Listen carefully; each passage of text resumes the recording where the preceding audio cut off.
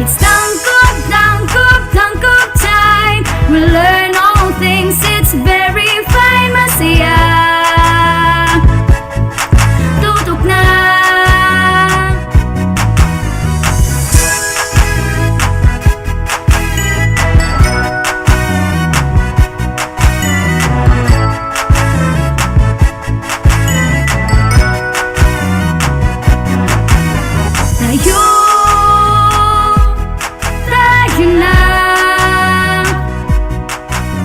Let's come and learn together, supporting one another. We love, we care, we share.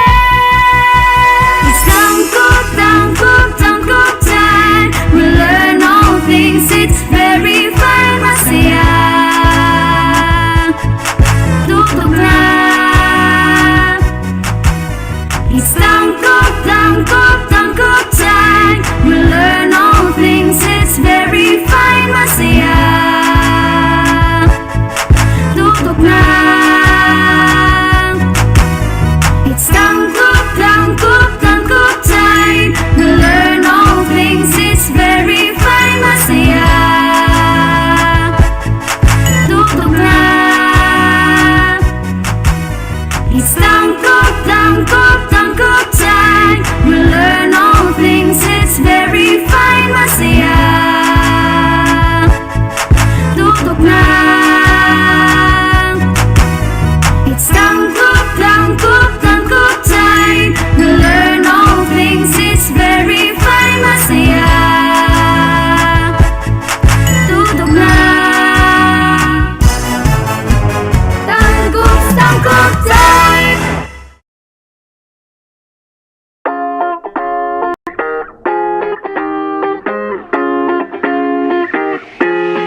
The Department of Education, Division of Tangub City, in partnership with the local government unit of Tangub, presents Ang Tangkub, Transforming Advancement in the New Normal, guiding K-12 learners under broadcast media and instructional program crafted in response to the need of making education possible and accessible to students at the comfort of their homes.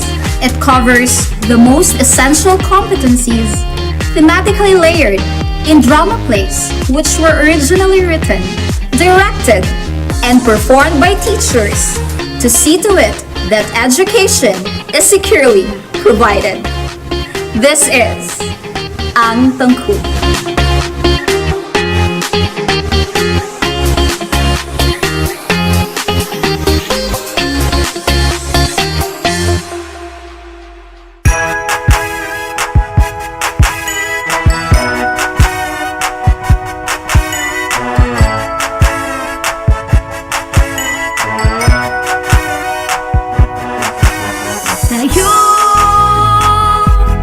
Tayo na. Buksan ang mga radyo, lina at matuto sa mga aral sa mundo. Tayo na. Tumutok na sa TV, mag-aral ng maigi to get the lessons easily. It's tangkop time. We learn all things, it's very fine. Masaya, tutok na.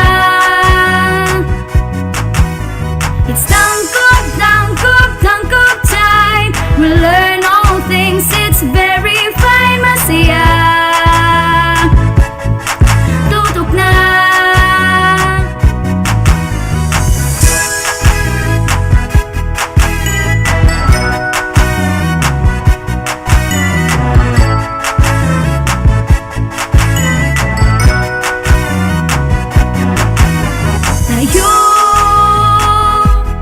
Tayo na. Let's come and learn together, supporting one another. We love, we care, we share. It's tangkop time. We learn all things, it's very fine. Masaya, tutok na. It's tangkop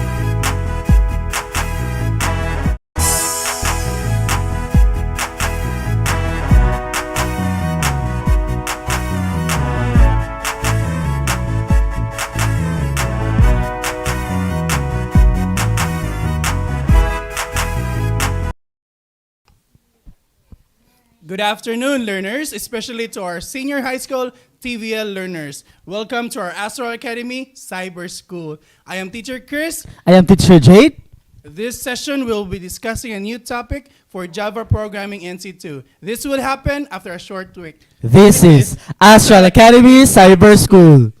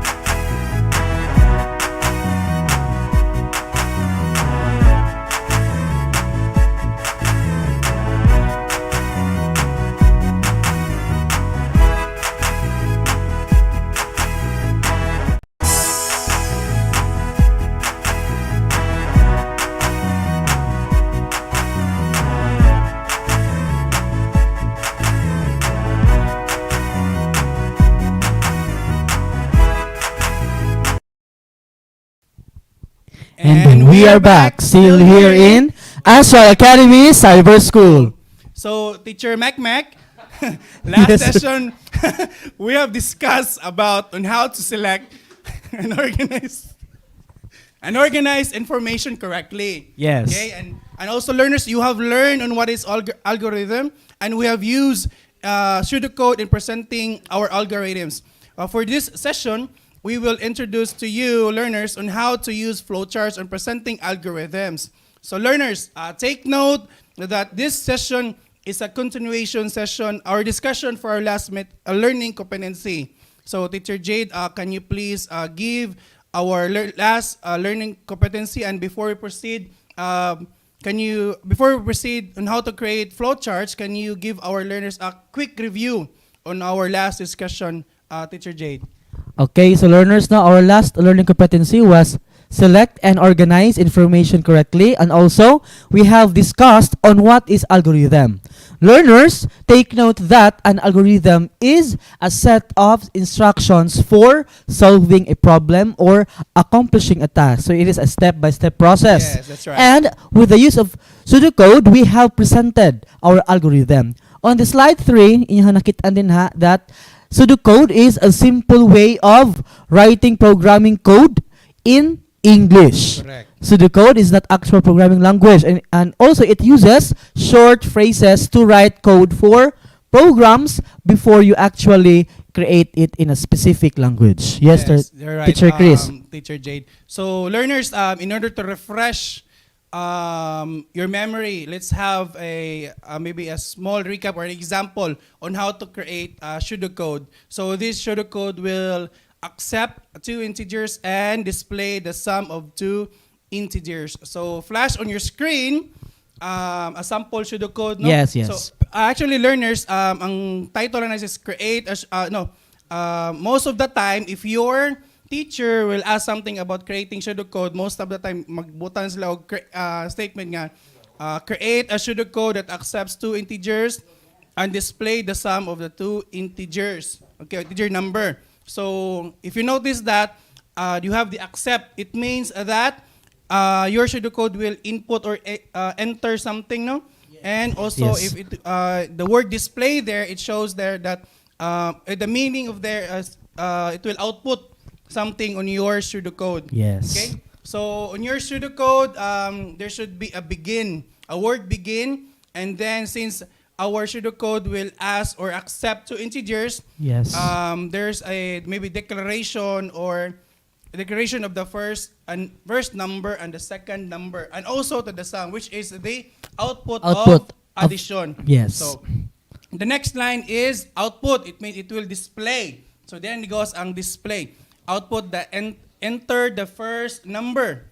Next, the third line or the fourth line is input the first number. So it will accept, or you need to enter the first number. Yes. So for example, teacher Jade, atong first number is 22. 22, so, yes. ito, butan na itong memory, no? 22, yes. Okay. So first number is 22. Yes, next is, atong pseudocode, it will display the second number.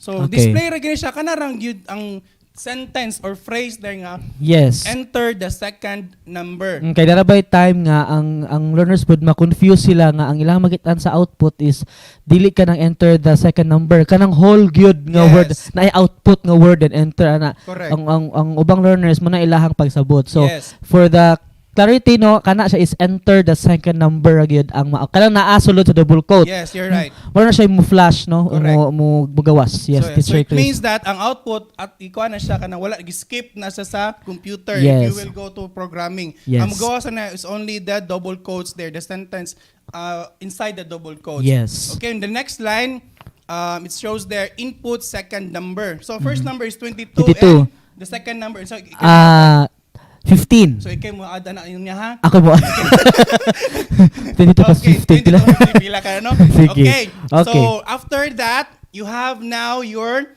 first and the second, the values of first and second number. Yes. So the first number is 22 and the second number is 15, Okay. yes. Now, on the next line, it shows there sum is equals to first number plus the second number. Yes. So it means that the first number it will be added to the second number and it will be assigned to the sum. Sum. Yes. Itong word So na sum. learners mo na siya ang formula in Yes, short. correct. No, mo na siya ang formula in short. 'Di ba nakabantay mo kung na A is equal to C plus D where C is the first number and D is the second number Yes. and A is the sum.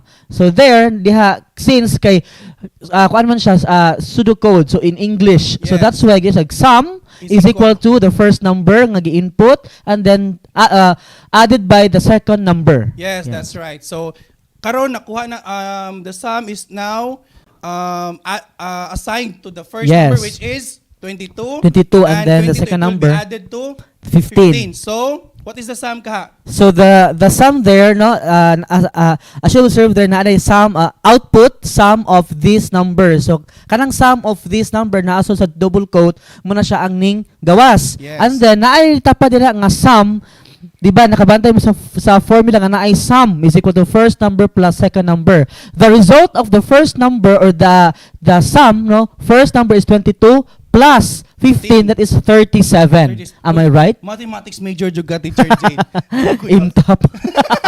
Okay, so yeah, so 22 plus 15 that is 37. Now the 37 will be assigned to the sum. Correct. So now ang output here is sum of this number colon is equal to 37. Yes. So muna siya supposed to be nga output Yes, so atong output ana is sum of this number and the value of the sum. which Yes. is 37. So I'm sure and then I can guarantee that our learners maybe they are not expert but they are familiarized Yes. na familiar na nila ang how to use pseudocodes. Paano siya mara siya og nakabantay ang mga learners no sa manual nga magkwenta sila og kanang for example amot Yes. no ilahang ikwenta ang Ano amot amot na ay amot ro mga simanahag amot so for example sa lahang mga friends nila mga laag sila or ahadapit mangaon mag-amot man na sila so ilang ipang-add pila ang mga amot so kanang mga nag-amot for example 5 ka book sila nag-amot so kanang 5 i-add nila Yes. and then kuhaon man gyud na sa katong nagdala sa kwarta kung pila ang total para mo ilang budgetan kung aha sila mangaon Yes, that's so same ani ing ana ra gyapon ang paagi no nga ilahang kuhaon ang first kaning amot pila ang second until the fifth and then they are going to get the sum Yes. para makita nila og unsay para makita nila og pila ka pila ilang budget na gyud So dapat make sure lang gid no nga katong mga wa ni amot di lang ilista. alagi mo gyud kanang tagdon pug og napabudget pa kwarta no ana. Okay, so learners, now take note that at the end of this session, you are expected to select information correctly and organize this information correctly. So I can guarantee that our learners are now familiar on how to pseudocode. So this time, we will now move on how to flowchart Okay. in presenting our algorithm. So katong ganina mo to siya ang pseudocode in English. So there are two ways on Yes, there are presenting two ways. algorithm. Because learners, you have to listen very carefully because this is a foundation of programming Correct. sa coding, because if you cannot understand it, kaning nga topic, medyo maglisod jud ka ining Oo. abot sa coding. So dapat to katong naki-teacher ng pirmin siya isulti nga isulod jud sa utok. Ay, Oo. okay, dili po na siya. So, okay, so you have to remember on not to memorize, but you have to analyze and familiarize. Correct. Oh, dili ka i-memorize gud nimo tanan kay not all the problems are the same. Diba? So now let's proceed to it makes use of symbols, no, which are connected among them to indicate the flow of information and processing. So naay symbols nga tingati man-an, no? So kani nga mga symbols, it serves as kanang nani sa lain-lain nga mga trabaho, no, sa flowchart. So the process of drawing a flowchart for an algorithm is known as flowcharting. So ang process, learners, remember, ang process of drawing sa flowchart is called flowcharting. Okay? Si sir? So yes, since learners, flowchart shows a graphical representation of an algorithm, there are symbols, no? So na makita ni siya sa pseudocode, it only Words mga ra. words and statements, Statements, no? yes, phrases. Pero Wala there, tayong makita. there are symbols which you can use on creating flowchart designs. However, for this session, we will only be using the basic symbols. Yes, basic for flowchart designs, because ang flowchart manggod broad man po na siya. Broad, teacher. dako jud kay na siya katanan siya Nag-answer og ka ng mga kuan. symbols nga pwede magamit. So, Since this is ang flowchart is a flow of process. Process na. So it means kana lang siya nga mga basic symbols makatabang gyapon ni siya sa Yes, ilahang correct. pag-create og kanang system or code. No? Yes. So ang first symbol is flash on your screen. It is the terminal. This is the oval symbol, indicates the start and the stop and the halt. So if you notice, learners, sa ato ang pseudocode, there's the begin and the start. Yes, No? So ang yes. begin and the start was the representation of the terminal. Same as siya, Naka-word value. naman siya sa pseudocode. So sa flowchart mo ni siya ang Yes, iyang the kuan oval niya. na siya, terminal na siya.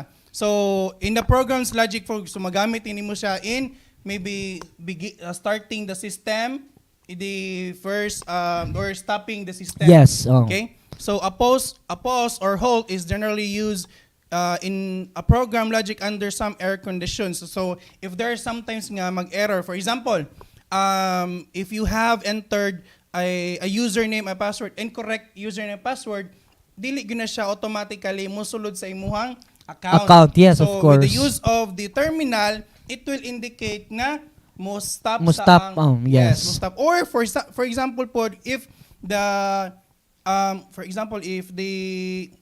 if you will enter a number, is it correct? Is 1 divided by 2 or 0 divided by 1 or 1 divided by 0? So there are times nga if you will divide 0 to a certain number, mo error na sa. Yes, may error. If you will use your calculator, nasa error. Nasa word na error. word, Oh. okay? So same with ani. So ang Yes. use ana is mo stop siya if Correct. ever dili siya ma-true ang mga conditions Yes, na gihatag. correct. Yes. So under logical, some error conditions, and terminal is the first, mo Pinakauna, and yes. the last symbol in The your flowchart. Yes. So Teacher Jade? muna siya ang kanang start and the end, no, or the begin and then Yes. the end, no. So now let's proceed to the slide 7, no, sa ato ang sa inyong screen, learners, makita ninyo na din hangas ang symbol kanang that is a trapezoid, no, and then input, output, no. Yes. So it is a parallelogram denotes any function of input-output type. So kana siya nga symbol ang tawag ana niya sa flowchart is input and output. Unsa may naa diri ani sulod di ay unsa ni nga symbol para aha ni siya. The program instructions that take input from input devices and display output on output devices. For example, no, so katong ato ang gihimo ganiha katong sa pseudocode, no, is atong enter first number. Yes. So since naadhay gibutang, no, ang definition is it denotes any function of input and output type. So unsa may tawag ninyo adtong nangayo og first number. So enter the first number. So that is an input. So it means nga ang inyong kung mag flowcharting ta kato nga part ang inyong gamiton nga symbol is this one. Yes, the parallelogram or the input or output. The input-output nga symbol. Symbol. So, okay, so display output on output devices and indicated with parallelogram in a flowchart. Yes. So for this input or output, Teacher Jade, input device, it means you can if you are using the keyboard. in your Yes, system, yes, It means that you need to use this symbol, the input or output device, and if you will display it on a monitor or if you will print something, syempre you need to use it, the symbol, the input or output symbol sa Yes, flowchart. yes. Okay. So next symbol for flowchart is the processing. So this is a rectangular symbol. Yes, So this box rectangle. represent arithmetic instructions. So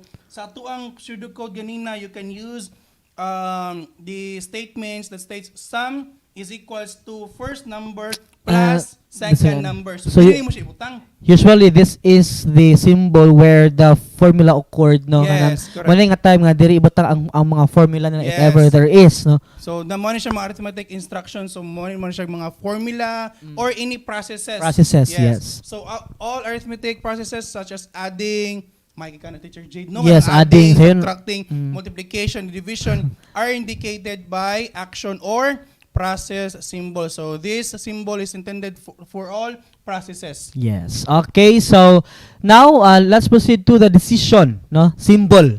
So it is a diamond symbol, represents a decision point.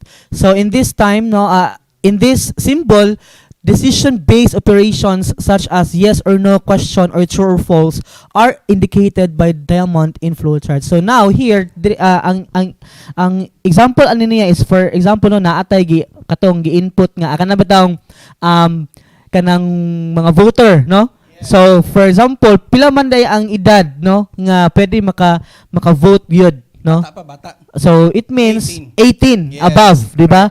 So now in that kung pahimuon mo ang nag-float charting to determine if that user is eligible to vote or not, then you can use this symbol, the decision symbol. Unsa may naa diri sulod. So for example, katong ingon nga is user 1 or ako lang is Jade Mark Abapo Jade Mark Abapo eligible to vote? Eligible. Murag 12 pa mangguro ka, sir. 13. Okay. So, napo din na sa input, mangayo man nagpilay edad sa user. So, for example, ang gi-input nako as a voter, no, as a user, akong gi-input is 15. Akong edad. Okay. 15 Yes. yun. Yes, 15 years old. Okay, akong height, 15 years old. So, 15. Now, inig process ana niya, ikaw as a person, yung 15 kuan ba ni siya or dili. So there, as you observe, no, na din hay decision based operations such as yes or no. So diha nanay question din ha nga, am I eligible to vote or not? Since 15 man akong edad, so ang answer is no. Yes. So kana si diamond symbol mo na siya mo determine sa or mo base kung unsay a question, no, or unsay condition nga naa sa imuha. Yes, that's correct, Teacher Jade. Another example in decision making also, when you log in on your Facebook account and it will ask you, so mo na siyang input and output na po, no? Yes, yes. Input niya is you need to enter your username and password, which is your email or contact information. Yes. If you after you click on login, the system or the Facebook will try to check on their records if your credentials are registered or Or not, yes. Okay, if may diyan ang decision mo, guys. If your username or password are registered, it means that it will open Your account. However, Yes. if it is If- not registered, Then it will not open. open It your will account. stop. Yes. It will ask you to enter again. Okay. If it is siguro nasayop lang yung pag-spelling sa Yes, password, yes. no? Ang password po, sa Unsa kay bitaw password ka sa ng imong mahadlok, using? bitaw ka, mabalaan mo password, na Yes. matanaw nimo, mag-type ka. Oo. Tapos, budyo mo ng tabunan, kay mahadlok ka nga mahibalaan sa uban. Ngano ka? Ay, bitaw, sige, let's proceed, no? Okay, so for the next symbol is the connector. Yes. Ang connector is the circle. So ay kalibog sa oval, mura siya oblong man siguro ang oval. No? That is a circle na siya. Yeah, circle na siya. So ang connector is the circle symbol. So whenever you use or whenever flowchart becomes complex or it spreads over more than one page, so it means, Teacher Jade, dili lang siya one page ang flowchart. It could be 2 or more pages. Yes. So karon na ang panahon siguro nga dapat ma-ready na itong mga learners nga for programming, dili lang siya ingon nga you're only maybe writing a letter, pero you're writing a solution for some task or because problems. that is the purpose nung or kanang one of the purpose kanong naana siyang coding no or kanang mahimo system of course kay para mas mapasayon ang mga lisod nga mga day to day nga mga gitrabaho. Lisod mapasayon or sayon mapalisod. Dili pod. Ang lisod mapasayon through programming. Yes. So for creating flowcharts, dili ra siya one page only. It could be more than one pages. Yes. So it is useful to use connectors to avoid any confusion. So if you are creating flowcharts, then you need to use another page or another sheet of paper. You need to use connector so that it will be connected to the another. So yes, kay kung page. wala mo gud kaaning connector nang kagihimo nga flowchart and then pila ang flowchart. Yes. So maglibog kag ahay una adto or ahay something like that. Yes, as a connect for as a page 2 ana niya. Okay. So yes, for these connectors, it is represented to a circle. Yes. Yes, Dr. Jade? Okay, so let's proceed to the flow lines, no? The flow lines o kanang arrow, no? Arrow nga pasaka or paubos, pakilid, pa right or pa left, no? So flow lines indicate the exact sequence in which instructions are executed. So meaning mo ni siya ang sequence o say next ng process. Yes. So from this process, then ay arrow pa ubos or pakilid ba kaha or pataas ba kaha ka unsay next niya nga process na pod. Okay? So arrows represent the direction of flow of control and the relationship among the different symbols of flowchart. Yes. So ang flow lines class, since flowchart is the flow of processes in your system, syempre natin yung mga lines. Yes. Okay. Naagin Don't na be siya. confused, learners, because we are using there in our slides nga blue siya o shaded blue nga mga symbols. You can actually use any colors. Any colors. Yes. Yes. As long as you are using the correct symbol. Yes. Okay? Bahala sa color ana basta ang symbol is correct ang paggamit. Yes, that is correct. So Teacher Jade, before we give our learners an Yes. example of using flowchart, Let's have a short break. Short break. Kita mo kung bago sa Chris. Okay. So this is Astral Academy Cyber School.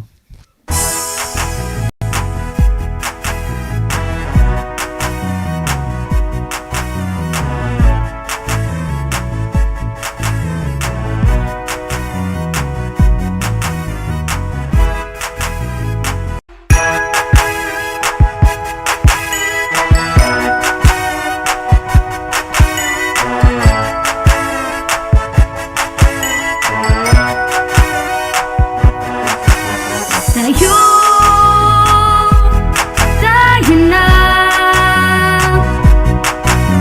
Buksan ang mga radyo, lina at matuto sa mga aral sa mundo. Tayo na.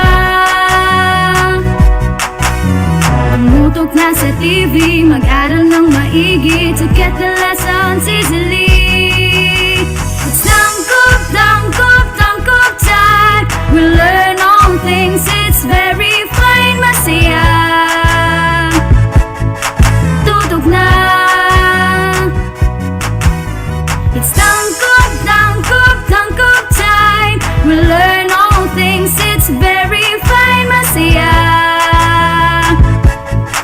Tutok na.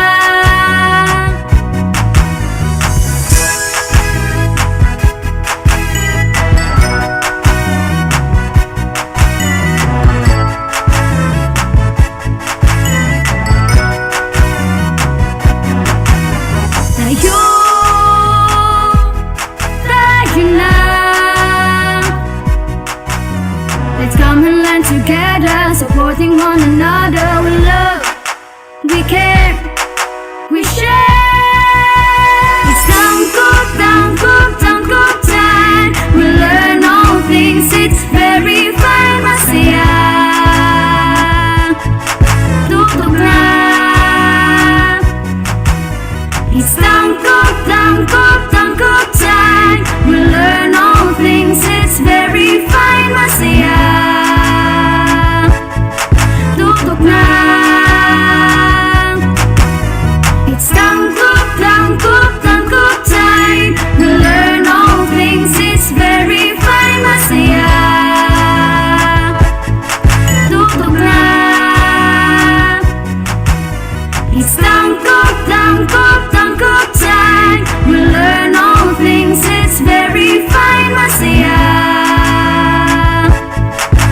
tutok na. It's tangkop, tangkop, tangkop time. We learn all things, it's very fine, masaya. Tutok na. Tangkop, tangkop time.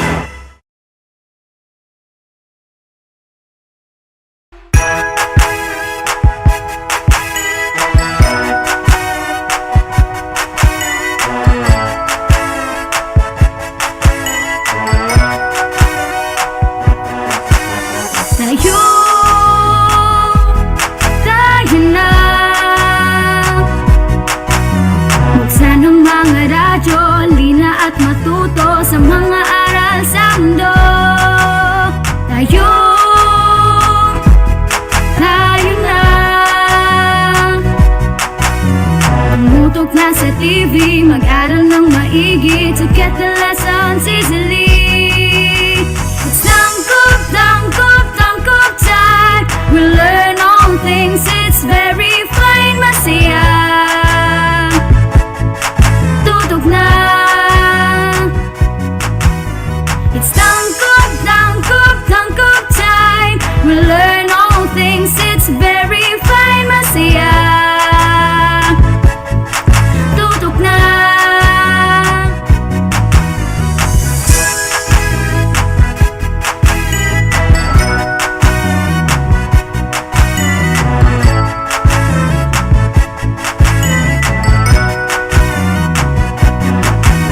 Tayo,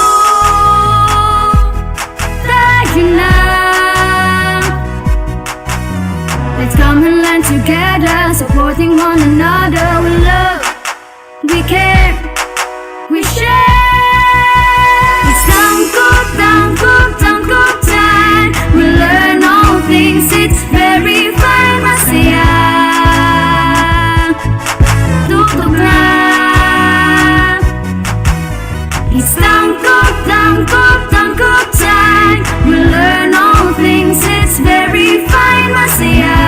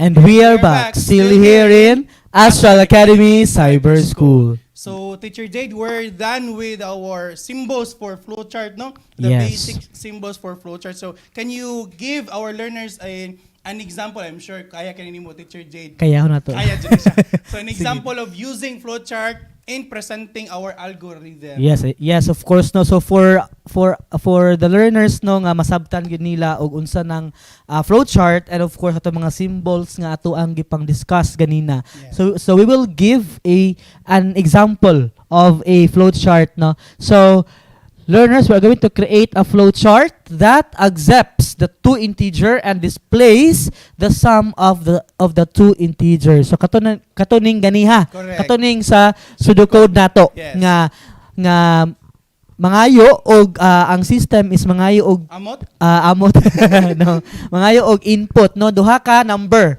no, para of course kay di pa to makuha ang sum if there is no more than one nga numbers nga ato ang i-add. Yes, correct. Diba? So now, as you observe, no, sa ato ang pseudocode ganiya nga na-begin, so here, as you observe there, na I start inside the terminal symbol. Yes. So kato mong giyong ganiha nga start and end nga or stopping of the process. So here kani nga terminal symbol mo pinakauna gyud nga atong ibutang. So that is start. Kay since mo man ay start na sa ato ang process. So mo nang na-start. Dili pod yung ibutang diha dito nga integer first number ana. Kay wala man tay kana mang timailahan nga nag-start na or wala or Yes. start pa na siya or end ba na siya. Yes. So that's why naagid siya, 'di ba, kung moadto tag destination no, dapat ay point A point B no, starts from point A to point B. So here, this is the point A, the start, no, the terminal symbol. Now, naa niyo makita din ha flow line, arrow. So that is the flow line. So learners now listen carefully kay ato ang isa-isahon ang mga symbols nga gipanggamit nato o nganong kana atong gigamit. Correct. Okay? So we're done with the terminal symbol, the start, and then naay arrow, no? So the arrow there is the flow line. Lines. So it means nga ang next nga step or ang next nga process is the integer or the first ang ato ang duha ka buok nga i-enter nga process. Di ba nakabantay mo that is a rectangular symbol. So katong ni Sir Chris ganina nga that is the process. So it means nga ang pag-input nato sa process ato sa ato ang first number and the second number.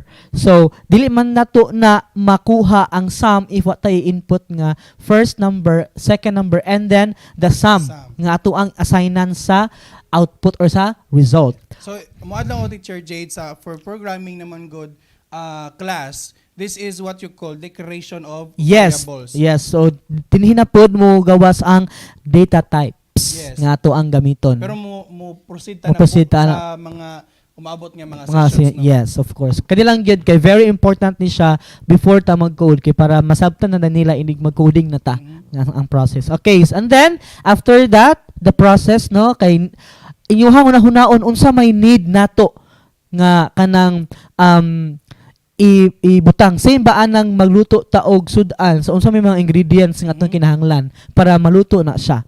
So same with ani nga process unsa atong need para makuha ato ang sum. So atong gibutan ang ato ang gibutan dinha is the first number and then the second number. Now, next is adto ta sa next nga step, no? Yes. So for you to proceed to the next step, magbutang na putag arrow na pud. Yes, the Flow line. Don't forget the flow lines, Jud, every time nga mo proceed mo to the next step or to the next process. Now, the next process there or the next step there is output into enter first number. So ato arang gibalhin, no? Ato arang ang naa sa pseudocode nga mga phrases, no? Ato alang gi butang din ha sa flowchart ipang butang and then ato ang gibutang siya sa mga symbol Yes, nga ayan dapat ang symbol. buhaton. Yes. So there na din hay symbol nga the input and output symbol. So as you observe there no, output man ato ang output niya is enter first number. And then mo na siya ang symbol nga atong gamiton is the input output symbol. Which is the parallelogram. The parallelogram. So that is now the output, the enter first number. So step by step gina siya. Dili gid pwede nga mo laktaw ta kay maglibog man gud ta bisag kita nga naghimo maglibog pud ta, no? So after that, flow line for the next or the next process, and then pagka next ana unsa may next sa tung buhaton, no? Inigawas sa ato ang imagine inigawas sa enter first number, di ba learners makabantay mo kung sa katong sa login, di ba naman dito username. So sa inyo hangon na huna unsa may atong ibutang dito nga natang username, so meaning inyo yung username. Yes. So same ani na imo flash sa inyong screen ana kung puhon-puhon na nata sa coding, no? Enter first number. So of course unsa may yung ibuhaton next, so mag-input mo og first number. So there na din hay flow line, and then next niya nga process is mag-input jud mo og first number. So there, ang gigamit gihapon is the input-output symbol or the parallelogram symbol because that is an input, Yes. di ba? So next to that, after nga nag-input mo og first number, so you have to analyze carefully, no, the process. Kana bang more good mo na ganang kung naamoy buhaton karong adlaw unsa may first ninyong buhaton, second, third until ma-meet niyo ang output, di ba? So there, next to that is flow line, and then next is after ma-input ang first number, ato din kwaon pud ang second number para makuha nato ang sum. So there, na din hay ning gawas sayon ang katong output. Enter second number. So there, ning paghuman og enter first number and then imo din gi-input si first number. So atong ay i-assign si first number nga 22 atong ganina. So enter first number, then yung gi-type is 22. Then after that, next yung process is ato na pong gi-output, gipagawas pud si enter second number. So as you observe the learners nga ang ato ang gigamit nga symbol na pod is the parallelogram symbol or the input-output symbol. Please don't forget that one. Yes. Okay, so ninggawas na si enter second number. And then unsa lang po yung next na tong buhaton? Of course, same with the first number, gi-input na to si second number. Yes. And then sum adto na din ta sa next nga process, no? Pero for this one, Teacher Jade, murag naisay pa tong flowchart, no? Yes, nice. Okay, because after output, just like for this Yes, number, okay. nalay gamay nga mistake. Oh yes, kaya wala na bantayan. So that is normal. That's why every time mag-create mo og flowchart, you have to review it, no? 5 times, 10 times, ha? Wala ni review. Basin. Okay, so no, there are times man gyud nga abi na tuog mo na sa tanan. Then ay na nato makita ang sayop inig ng ato yung tutukan, Yes. di ba? So there, no, so after learners ha, if kani siya ang output das enter second number, ang next ana is same with katong sa first number. Yes. Nga naa nakabutang pa na same symbol, and then input second number. After na ng next na ng sum, no, the process ako. Okay, so we assume that we already inputted a second number which is katong 15. 15. So we have 22 and 22 and 15. So ato nang gi-input ang 15 nga number. Paggawas, pag-output ni enter second number nga phrase nga naa sa double quote. And then okay, learners, you have to understand and you have to analyze, no, how are you going to get the first number and then the second number. So there are two things nga inyong buhaton. The first thing nga inyong buhaton is you are going to think or to find the correct symbol to use when doing a flowcharting. yes. So unsa may best nga symbol nga ato ang gamiton to represent the process. And then the second one is the formula, no? Correct. Or the process nga makakuha ta sa output. So in this case, we need a formula to get the output or the sum. So there, anyong nakita, so ang first thing is unsa ito symbol. So ang symbol nga atong gamiton is the process or the rectangular symbol or the process symbol. So okay, so after you determine the process symbol, unsa may iyong isulod din sa process nga symbol.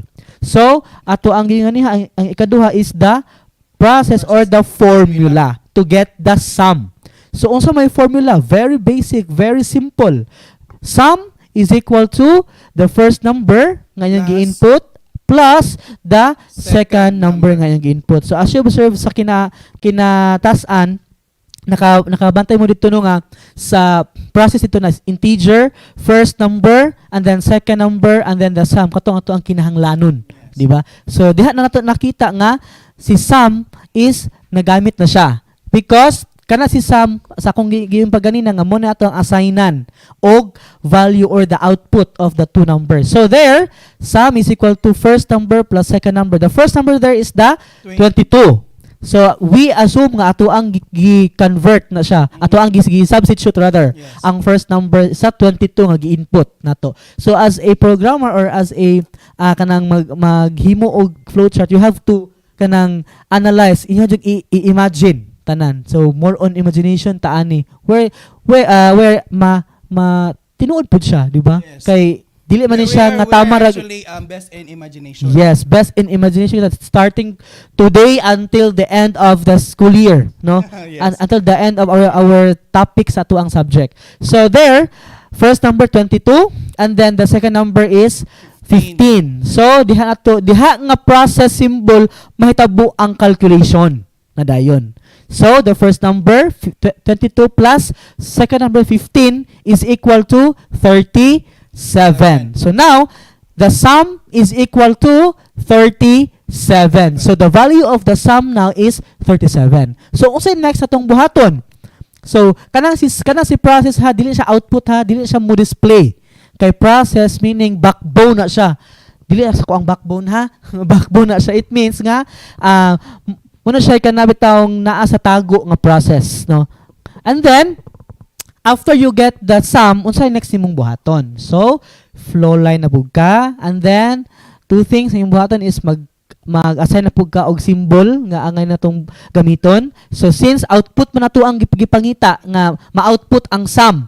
So ang sum is 37. So the sum of two integers is 37. And then nakuha naman nato ang atong output nga sum. Ang ato ang na meet naman to. So meaning stop na dayon ta. Yes. Diha na mag-stop. Okay? What daw gamay Teacher Yes. Jade, no, for the last statement there, which is the input-output symbol, we have their output, the sum of two integers, is na siya double quote, and then we have Na the plus, plus symbol. ang sum. It doesn't mean that you will add the statement and also the sum. It means about, in programming, it's telling you that i-combine ang duha the statement also the number. Concatenation. Yes, correct. The process of concatenation. Yes. Okay? So I'm sure that ang atong learners no kuha kay dito sa pag Yes. Basta dili lang yun ang signal. Usog lang signal. Oh, yes. Okay. Converting pseudocode to flowchart. So Mas mayo na po yung next nga. Unsa man? Butangan na to isa? Yes. Oh, para at least kada anang makuan lang gamay nila. Okay, yes. Lahi nga kuan paagi na pod. Okay, yes. So we have another example. We will be creating a flowchart that accepts ng gab. It means that it will ask you enter two integer numbers and displays whether if the two numbers are equal or not. So meaning ang gi-input nga duha kung equal ba sila or dili. Yes, correct. Kung same ba sila nga number. Correct. Yes, okay. So on your screen there, on your flash on your screen, ang first is you need to enter or create the terminal. Yes, which is the beginning. as usual. Yes, Don't dili forget nakalimutan learners, no, nung start siya. gid na. Start gid mo So gid na siya. learners, dili yung start try for them a word. You can Yes, use begin begin. or start. Start, Okay? yes. Next is if you symbol is the flow lines since we have another process. for flow. Okay? So, syempre it will ask you two integers. Okay? So integer first number and the second number. So same na patong kanina same kay lang yapon siya. mamaya to ang need, di ba? Mamaya Correct. nasa problem nga accepts two integers, the first number and then the second number. Yes. And then the sum. Yes.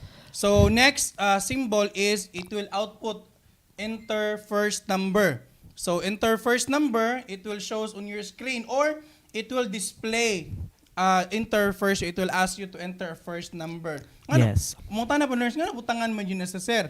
Siyempre as a user puhon if you will create if you will be a programmer and create a system, gaan gyud mo instruction ang imuha Ang user. no? Kay lain po kay inig flash unsay buhat blanco tanan kay wala man nimi nag-enter first Yes. number blanco ra kay di ka ganahan. Oo. So ang user na karon saan unsay kung buhaton nga blanco man, Yes. di ba? So Something like that. dili po ingon nga sa calculator lagi sir kay Wala. like wala. Because calculators are intended for Numbers only, Yes. walay words dito Wala. or Dili phrases. Na siya, no need na siya mingon nga enter First number, yes. Because it is a calculator man no. So next is input of first number, no? Yes. Ato lang gi-skip ang flow lines guys because every symbols man good Nagigay flow should be line. connected to a flow Yes. line, no? So next is input first number. So same lang gyapon natong example. Process, yes, So ganina. input first number which is 15 lang gyapon for the first number. And next is Yes, direct, next it will direct. display output a second number. Yes. Okay? So display as a second number and and the user or you will input the second number. Yes.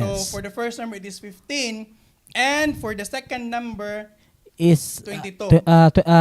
First number is 22 And First then number is 22. second and number is 15. 15. Okay. So direta ni gamit ta og another symbol Yes. which is the decision. Yes. Okay? The in your diamond symbol, no? diamond symbol. So in the decision class, it will check if your statement is Answers yes or no, or answers yes- true or false. Yes, correct. So if nadira statement na if your first number is equal to second number. So we are using equal sign. It means di na siya katong equal, imo siya assign. It is another operator which is the comparison operator. Yes, yes, Or kana just siya. like greater than or Mm-mm. equal. So diha lesser nga than. symbol iyang ipakita nga sa equal ba sila or I-compare dili. niya. I-compare nila. I-compare niya.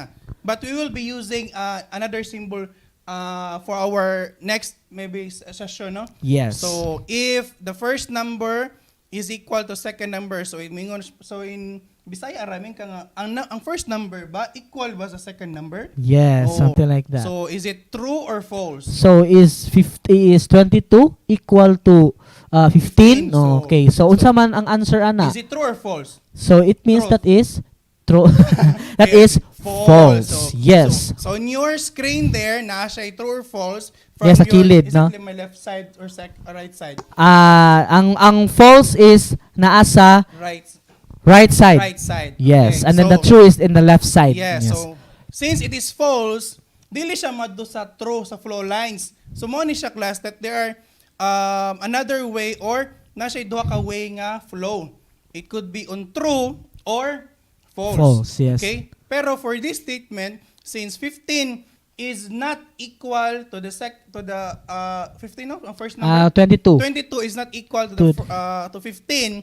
So syempre false. False siya. So ato Okay. gid na mo padayon ni false. Sa false nga flow line. Yes. Okay? So next is it will output that the two numbers are Not not equal equal. to are not equal. Yes. Okay? And don't forget the The- terminal, the stop. Stop. It Yes, means that, your flowchart is done or maybe it stopped. Ako pong i-add gamay Sir Chris no Yes. nga as nakabantay ang mga learners nga naay lahi nga output sa kilid na lahi nga output sa kilid. Mhm. They have to analyze nga kung true man gani siya nga they are equal. So unsa may ako ang i-output? Unsa may gawas niya? So meaning they are equal. Yes. So dapat dili lang nimo i-flash nga they are equal kay ang user ana wala nakahibalo og ang iyang gi-input equal ba or dili. So mo nang naamoy i-output good every time nga naamoy buhato nga dapat output based good ta. Yes, correct. So there kung true siya meaning that the two numbers are equal. Mo nang naa nakabutan din nga the two numbers are equal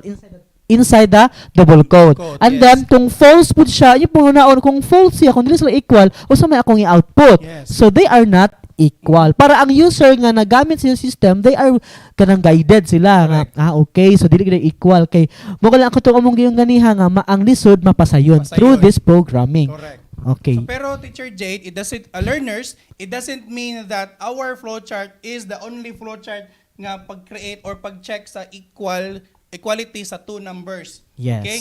It depends on your analysis. You can actually use any flow processes on your flowchart as Yes. long as you will get the desired output. Output. Mo na siya. Basta makuha ang output, go. Yes, Yes. that's correct. Okay. Teacher Jade? So learners, that's all for our topic this afternoon for the computer programming, which is the Java and C3. Now, please get yourself learning material and we will guide on answering your activity.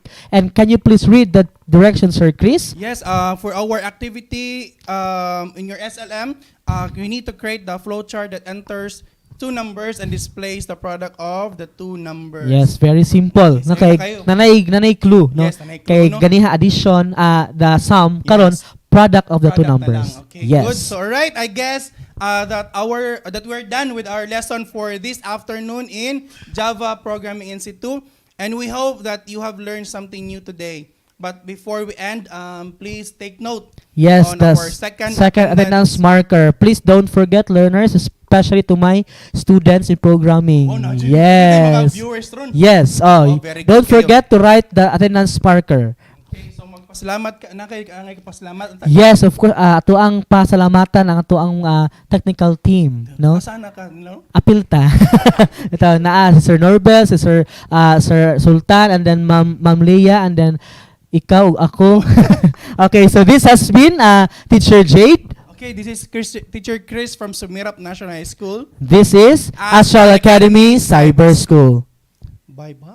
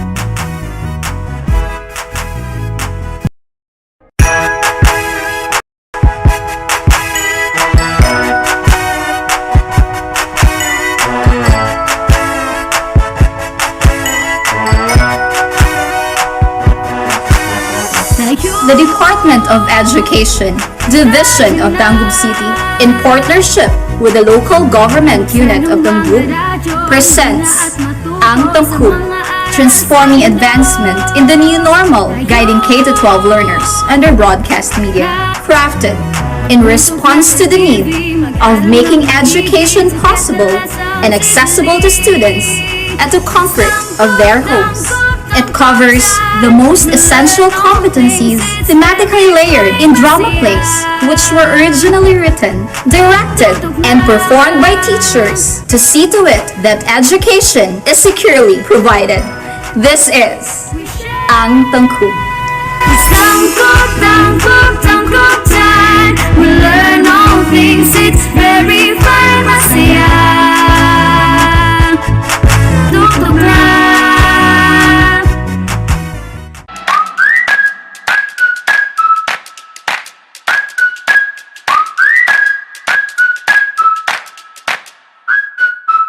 What's up, grade 7 learners? Welcome to our new episode in TV-based instructions of Ang Tangkub, where we bring you the lessons direct to your homes. Kaya mga learners, maghanda na para sa ating nakakapanabik na aralin.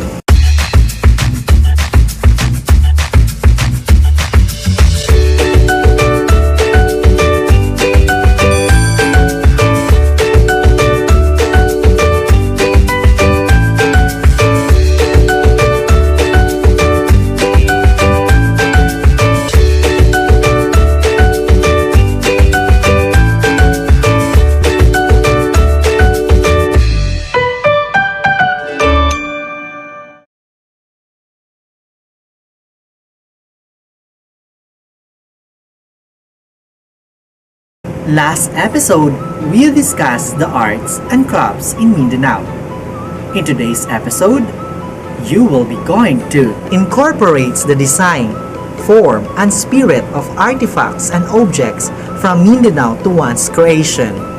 Traces the external or foreign and internal or indigenous influences that are reflected in the design of an artwork and in the making of a craft or artifact, and creates crafts that can be locally assembled with the local materials, guided by the local traditional techniques.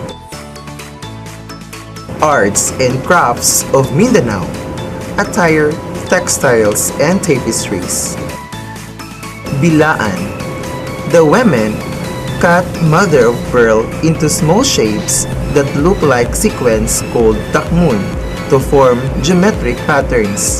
Their textile usually contain 3 colors: shade of black or brown, red or sheer, darker shade of orange, and erko, the color of undyed abaca. The Bilaans put high value on their textiles. Bagubo. They make ceremonial attire from special textile woven abaca fibers called tinalak. Tibuli. They considered the tinalak as sacred. The weavers believed that their gods and ancestors visit them in their dreams to teach them the design and patterns that they have to weave. The weaver is forbidden to mate with her husband during the weaving process. Men are not allowed to touch the materials used in the weaving process. It is believed that if they break these rules, the fiber will snap and the design will be ruined. Maranao. The Maranaos are known for their malong, the hand-woven or machine-made multicolored cotton cloth which bears a variety of geometric or floral. Yakan. Yakan handloom fabrics are known for their use of bold colors and geometric patterns. Crafts, accessories, and body ornaments. Sari manok. It is depicted as a fowl or rooster with colorful wings and a feathered tail holding a fish on its beak or talons. Its head is abundantly decorated with scroll, leaf, and spiral. Okir. Okir motif is a new pattern that has evolved from the Indian stylized, bird-like, and Naga themes and the Islamic tradition of using flowing flowers, vines, and geometric patterns as well as local artist styles. It refers to traditional and unique carving among the Moro ethno-linguistic communities. Face makeup and body ornaments.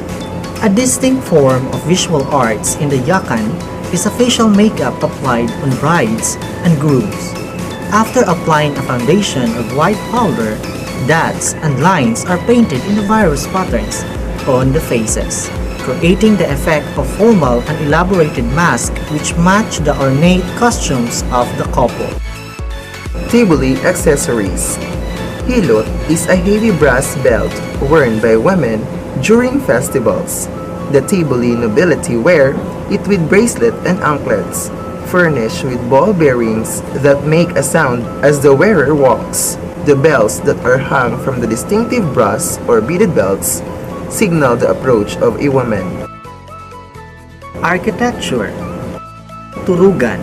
The turugan is the ancestral house of the upper-class Maranao. Panolong, a wing-like ornament flaring out from the beams, is a part of turugan. Monastery of the Transfiguration of Bukidnon. The pyramid-like structure was designed by national artist for architecture, Leandro Locsin. Santo Rosario Church of Camigan. The original church was built in 1882 using coral stones, but its infrastructures were too weak. It was renovated with steel bars using modern buildings techniques. Inside the church are the driftwood chandeliers and altar. The builders used woven bamboo skin, which highlights the local traditions of the island. Sculpture. Maitom jar. It is an earthenware or clay vessel for secondary burial jar from Sarangani province. These jars are not only artistically significant, but also hold key information of historical and anthropological importance. Maranao wood carving and metal casting. Kampilan is a single-edged steel sword with a handle made of hand-carved ivory in a form of head of a naga or serpent, handcrafted gold, and hang horse hair at the bottom of the handle. Batigi. Batigi is a large manual carved wooden top inland with mother of pearl. Functional art. Balangay or balanghay. These artifacts are estimated to measure 15 meters long and 3 to 4 meters wide, propelled by sail of buri or nipa fiber or padding, and holds 60 to 90 people. It is used for trade and migration. Venta. It is consists of several colors and geometric shapes, representing the colorful culture and history of the Muslim people. The external and internal influences of the artwork in Brunei, Indonesia, and Malaysia to the Philippine arts. Fabric design in Brunei. Brunei produces fabric for making gowns and sarong. The weaving and decoration of the cloth as well as wearing, displaying the exchange of it, have been an important part of Bruneian culture for years. Two types of clothing in Brunei are called batik and ikat. Batik is dyed cotton cloth decorated through a technique known as wax resist dyeing. Workers start from plain cotton and draw patterns with melted wax. The cloth is dipped in dye that colors unprotected fabric. Ikat is made through a similar process as batik, but instead of dyeing the pattern onto finished cloth, it is created during weaving. Ikat patterns were specific to cultural groups and were passed down from generation to generation. Indonesia. Machine-made printed malongs are made in Indonesia specifically for export to the Philippines and are commonly referred to as batik. Because the item is imported, those inexpensive machine-made malongs are used for everyday purposes. The malong and other Philippine wrap-around skirts are related to the sarong worn by peoples in other parts of maritime Southeast Asia. Malaysia. Batik is a textile art in Malaysia. The most popular motif are leaves and flowers. Malaysian batik representing humans and animals are rare because Islam norms disallow animal images as decoration. However, the butterfly theme is a common exemption. The Malaysian batik is famous for its geometric design such as spiral. Philippines. Weaving involves many threads being measured, cut and mounted to a wooden platform. The threads are dyed and weaved on a loom. Native Filipinos weaved using fibers from abaca, cotton, and dark cloth. Textiles, cloth, rugs, and hats were weaved. They also used weaving to make just about all of the clothing that was worn. Hand-woven malongs are made by Maranao, Maguindanao, and Tibuli weavers on a black strap loom. Arts and crafts from the external and internal influences. Brunei. Traditional arts and crafts form a large section of Brunei's cultural heritage. Boat making, silversmithing, bronze tooling, cloth weaving, and basket making are examples of the types of artistry celebrated and followed in the modern-day culture. Indonesia, considered as home of world handicraft. Indonesian arts and crafts are diverse. Jewelry, beadwork, batik, pottery, metal, baskets, wood carving, and stone carving. Every ethnic group has its own uniqueness, style, and philosophy of crafting. Villages in the Lesser Sunda Islands produce ikat, while provinces in Kalimantan are long known for their basketry and weaving using rattan and other natural fabrics. Malaysia, Wow Bulan, one of the Malaysian national symbols, is a complicated moon kite design. Bulan means moon. Its name is from the crescent moon-like shape found at the lower section of the kite. Philippines. Baskets are weaved in Philippines.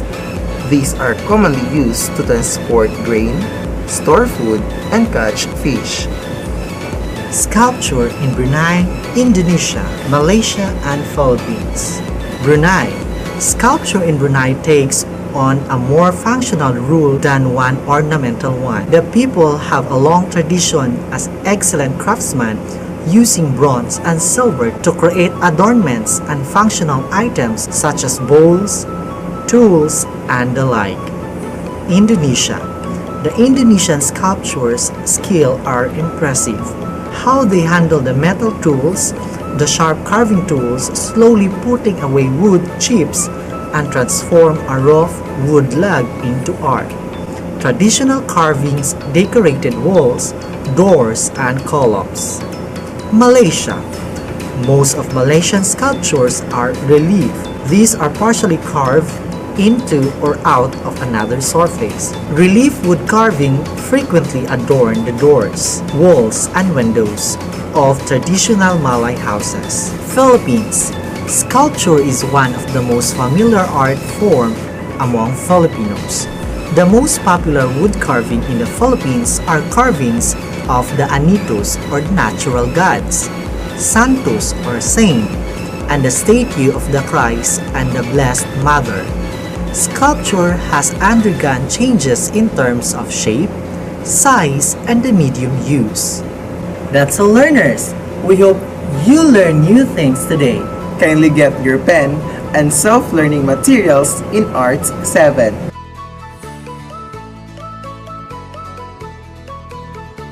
Activity 1. Directions. Prepare the materials needed. Then, follow the procedure on your self-learning material. Activity 2. Directions. Observe the pictures on your self-learning materials. Choose which artwork is influenced by the following Asian countries in the word pool on your self-learning material. Activity 3. Jewelry paper making. Directions. Prepare the materials needed. Then, follow the procedure on your self-learning material. For more questions or clarification, you may contact the number of your subject teacher printed below your SLM. Nahuli ka ba sa ating episode ngayon? Worry no more, dahil mapapanood pa rin ang mga episodes sa aming YouTube channel, ang Astral Academy. Don't forget to like, subscribe, and hit the notification bell para updated ka sa mga bagong aralin. Good luck, learners! We know you can do it! Expect for more MAPI lessons in the next episode. Always remember, believe in yourself. And have faith in your abilities.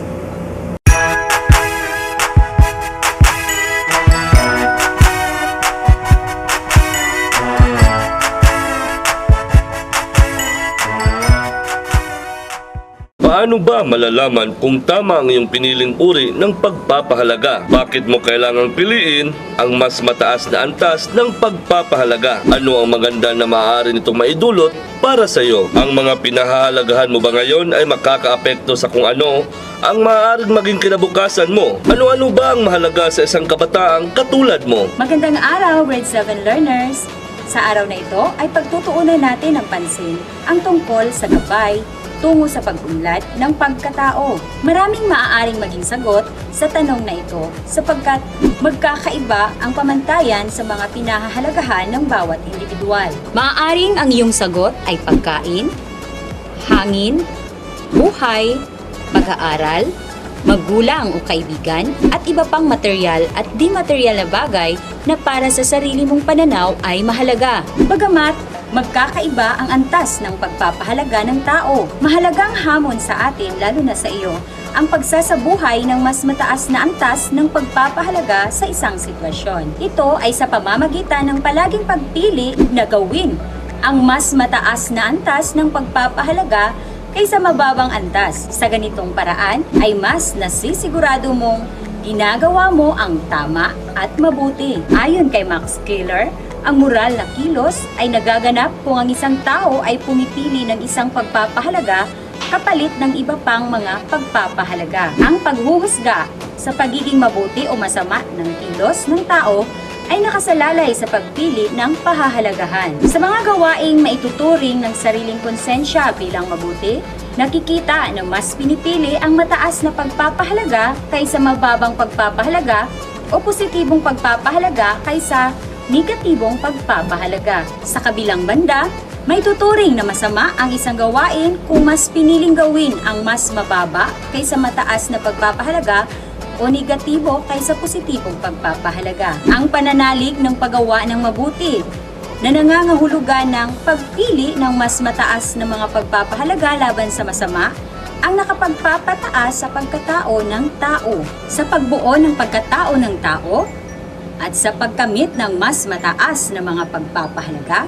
Mahalagang malinaw sa iyo na nakasalalay ito sa pagkakaroon ng sapat na kaalaman at kahandaan na pumili ng tama at batay sa mga moral na prinsipyo. May mga tiyak na hakbang upang mapataas ang antas ng pagpapahalaga. Ang tao ay nilikhang likas na mabuti ng Panginoon. Nakagagawa lamang tayo ng mga kasalanan dahil na rin sa mga mali o mababang uri ng pagpapahalaga. Ang paghuhusga sa pagiging mabuti o masama na kilos ng tao ay nakasalalay sa pagpili ng pahahalagahan. Sa makatuwid, ang mas mataas na antas na pagpapahalaga ay nakatutulong sa iyo upang maging mas mabuting tao. Maraming mga paraan upang ang pagpapahalaga ay mapataas katulad ng pagkakaroon ng mas malalim na pagsusuri sa mga pinahahalagahan, pagkakaroon ng mga bertud na gagabay sa iyong mga pagpapahalaga kagaya ng pagsisimba o di kaya ay pagtulong sa kapwa. Maaari ka ring magtanong sa mga mas nakatatanda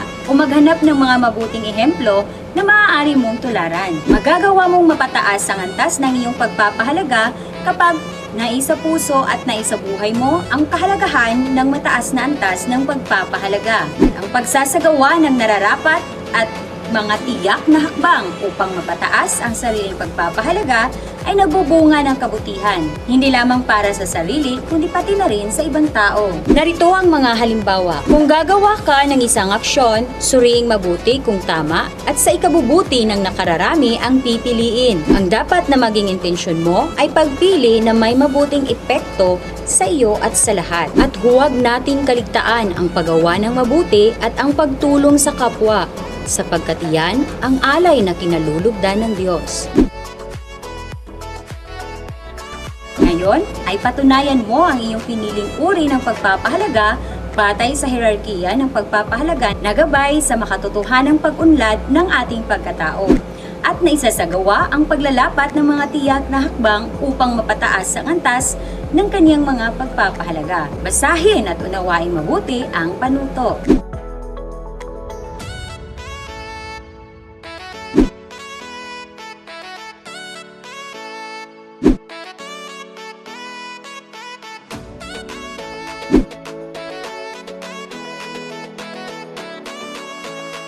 Simulan na ang pagsagot, learners!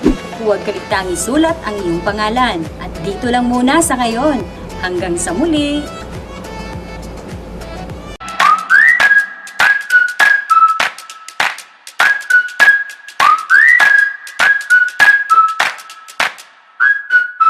What's up, grade 8 learners? Welcome to our new episode in TV-based instruction of Ang Tangku, where we bring you the lessons direct to your homes. Kaya mga bata, Maghanda na para sa ating nakakapanabik na aralin.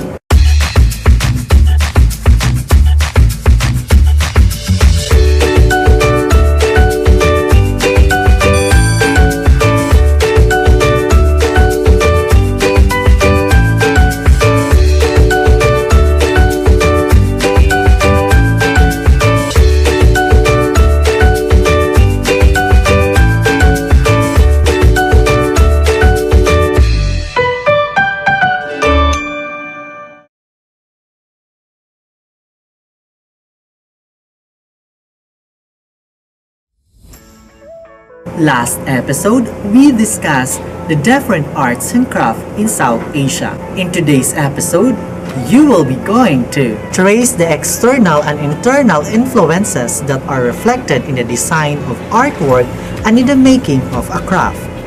Create arts and crafts that can be locally assembled with local materials, guided by the local traditional techniques. Derive elements from traditions or history of a community for one's artwork. Show the relationship of the development of crafts in specific countries in Central and West Asia according to functionality, traditional specialized expertise, and availability of resources. And show the commonalities and the differences of the cultures of the Central and West Asian countries in relation to Philippine culture. The arts of Central and West Asia. Central Asian region consists of the former Soviet republics of Kazakhstan, Kyrgyzstan, Tajikistan, Turkmenistan, and Uzbekistan. It is also colloquially referred to as the stans, and the countries generally considered to be within the region. All have names ending with the Persian suffix stan, meaning land of. Various neighboring areas are sometimes also considered part of the region. Arts of Central Asia. Arts of Uzbekistan. Making printed cloth was very popular among the people who inhabited the region of present Uzbekistan. Printed tablecloths, curtains, bedspreads, shawls, high-quality cloth for women's garments, various coverlets, and even funeral ceremonies and other piece and metrical printed articles perform a utilitarian function and serve as a daily routine ornament. Uzbekistan ceramic art, through many centuries, was the most developed crafts in this region. The most famous Uzbekistan ceramic artifacts are made in Rishtan. It is renowned for the blue glaze score. Rishtan ceramics is mostly decorated with herbal elements as well as images of kumgans, birds, fishes, elements of architectural adornments. Arts of Kazakhstan. The Kazakhs were traditionally pastoral nomads, dwelling year-round in portable, dome-shaped tents constructed of dismountable wooden frames covered with felt. The harsh conditions of a nomadic life forced people to produce all necessities on their own. Kazakh folk craft tradition was thereby born out of that necessity, with items meeting the need of the people and rarely being used for trade. Among nomadic tribes, the type of handicraft work was delegated by gender. Men were engaged in the processing of wood, metal, leather, and other types of industrial that require strength and were traditionally associated with male activities. Women worked in areas where perseverance and hard work were needed, making and processing felt of wool and various types of weaving and embroidery. Arts of Tajikistan. Tajiks are very ancient nation. Hence, the culture of these people is rather unique and originates somewhere in extreme antiquity. Tajiks have managed to present the traditions and customs of people. From time immemorial, Tajiks have been famous for creation of nation craftsmen. These skillful hands have been making fabrics, utensils, musical instruments, carpets, furniture, jewelry, and many other things for many centuries using only natural ecological pure raw materials. The art of decorative carving is very important for the local residents. It decorates the monuments of architecture, household objects, musical instruments, utensils, doors, frames, souvenirs, and so forth. This is one of the most ancient and widespread crafts in Tajikistan. There are wood carving such as utensil and furniture, stone carving and gancho, which is architectural monuments, houses, and interior decoration. Arts of Turkmenistan. Turkmenistan culture is slightly different from the cultural traditions of the neighboring Muslim states of the Central Asia. The reason of this is that the ancestors of the Turkmen were nomadic tribes, whereas the lands of modern Tajikistan and Uzbekistan were populated by settled tribes of farmers. The traditional art of Turkmen include felt manufacture, jewelry making, woodwork, ceramics, and silverwork, but the two crafts in which Turkmen excel are silk manufacture and carpet making. Turkmenistan produces some of the most unique and beautiful carpets in the world. Carpet weaving is an ancient art, and each tribe developed its own distinctive pattern. Turkmen carpets have been traditionally woven out of wool, cotton, and silk by women, using horizontal looms. The method of weaving has modernized, but the beauty and quality of the fabrics remains. Arts of Kyrgyzstan. As nomads, the Kyrgyz people always live closely with nature. From their housing to their clothing, everything was designed to adapt to changing weather and locations. Yurts are easy to make part and carry, and can be made warmer for winter and cooler for summer. The textiles inside the yurts, such as sherdaks and tushkish, take their inspiration from design found in nature, such as plants, animals, and landscapes.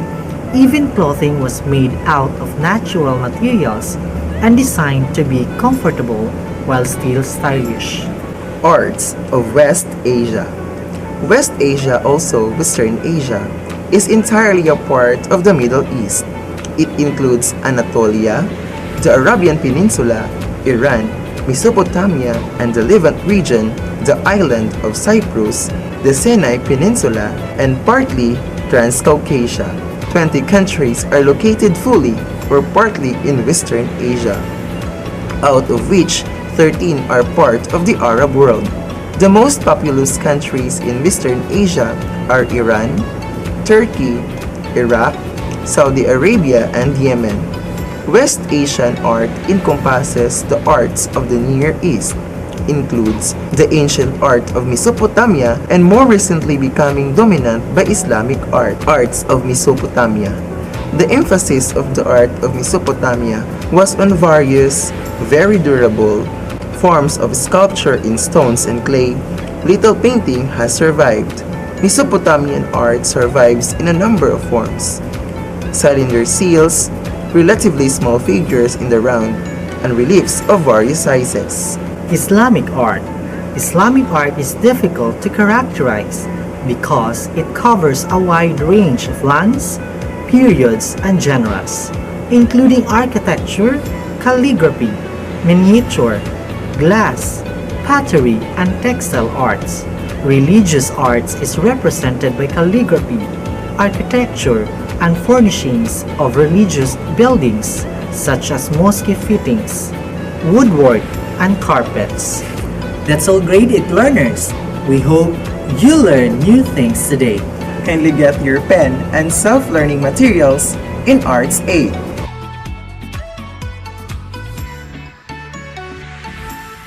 Activity 1. Directions.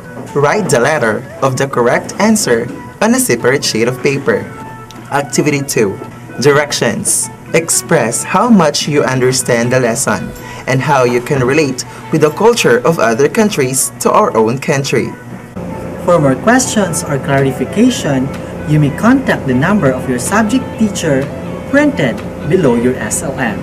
Nahuli ka ba sa ating episode ngayon? Worry no more, dahil mapapanood pa rin ang mga episodes sa aming YouTube channel, ang Astral Academy. Don't forget to like, subscribe, and hit the notification bell para updated ka sa mga bagong aralin. Good luck, learners! We know you can do it. Expect for more MAPI lessons in the next episode. Always remember, believe in yourself. And have faith in your abilities.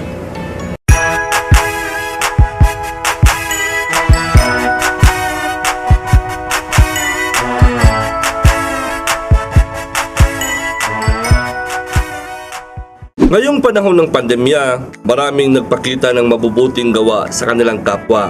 Nandyan ang pag-aabot ng tulong sa mga pamilya na naapektuhan ng community quarantine at marami pang iba.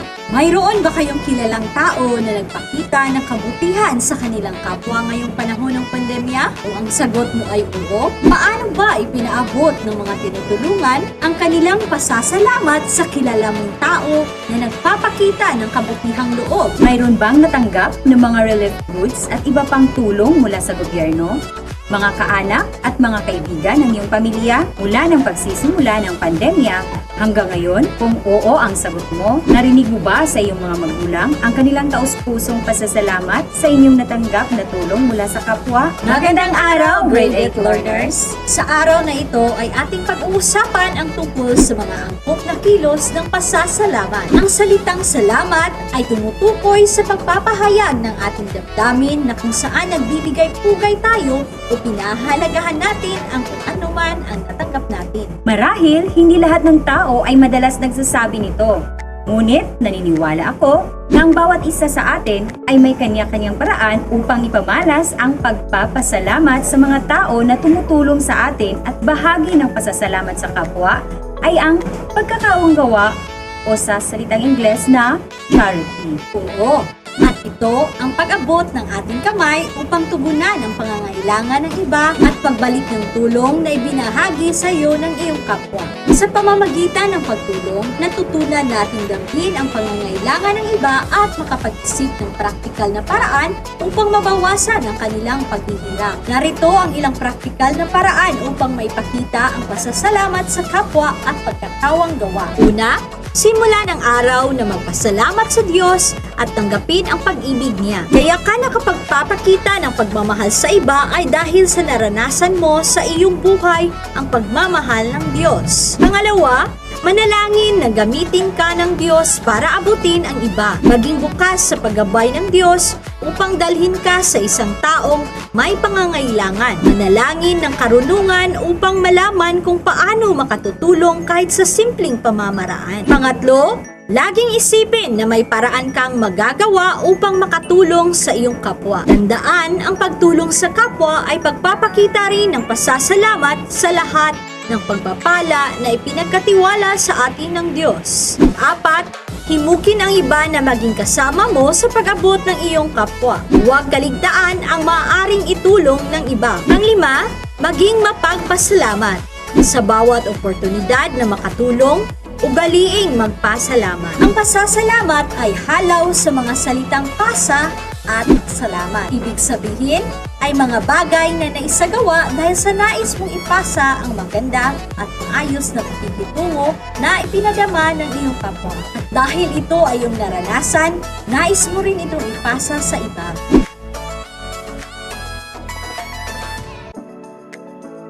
Sa puntong ito ay sisimulan na natin ang pagsagot sa gawain.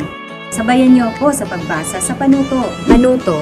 Itala sa loob ng kahon ang iba't ibang paraan na nagpapakita ng pasasalamat na ginawang kabutihan ng iyong kapwa.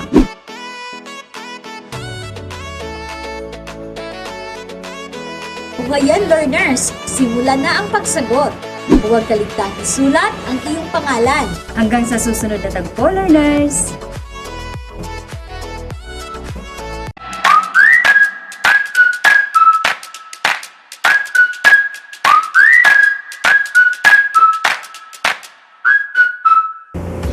What's up, grade 9 learners? Welcome to our new episode in TV-based instruction of Ang Tangku.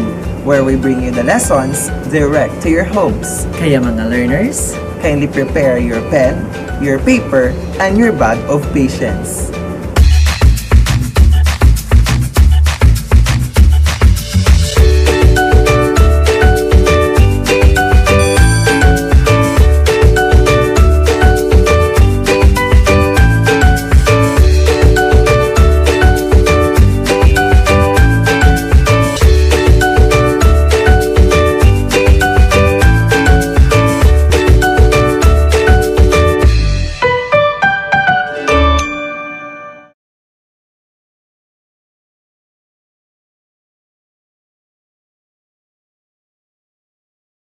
last episode we discussed the art production in neoclassical and romantic period.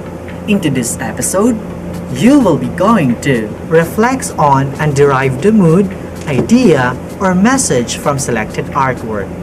Explains the use or function of artworks by evaluating their utilization and combination of art elements and principles. Uses artworks to derive the traditions or history of the neoclassic and romantic period, and compares the characteristics of artwork produced in the neoclassic and romantic period. Elements and principles of art in neoclassical and romantic periods. Artworks are capable of conveying relevant and sensible ideas by showcasing the full expression and mindful display of the artist's imagination. Kindly review this table from the last episode.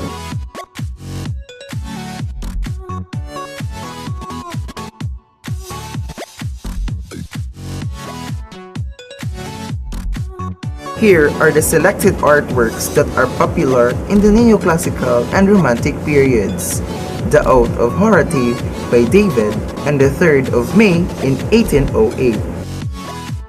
Mood in art appreciation is the general atmosphere or state of mind and feelings that a work of art generates. For example, the mood of a painting could be disturbing, tranquil, dark, or energetic.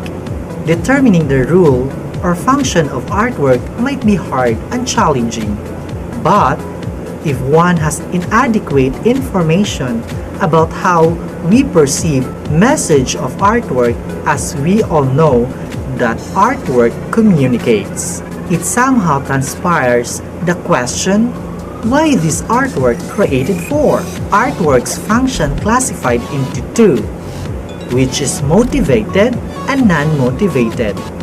Now let's discuss the first function. Motivated function of artwork, or functional, refers to artworks that are made intentionally for use in conscious actions of the creator or artist. It illustrates another discipline that people could take advantage of or make use of the artwork, utilizing to make their lives comforted. Example are architecture, furniture, weaving, and others. Next, non-motivated function of art, or non-functional, refers to artworks that are integral to being a human.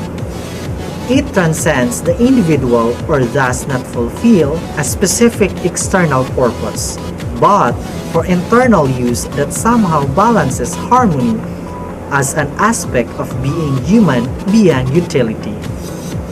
Examples are painting, sculpture, literature, music, and theater arts. Here are the 6 common functions we considered an art: physical, social, personal, spiritual, educational, and political. Physical function: to serve as tools and containers. These are objects which function to make physically comfortable. Examples are spoon, building, chair, vase, and etc. Social function: reinforcing and enhancing the sense of identity as family, community, society, or civilization awareness. Examples are festive occasions, parades, dances, or uniforms. Personal function: to express personal feelings.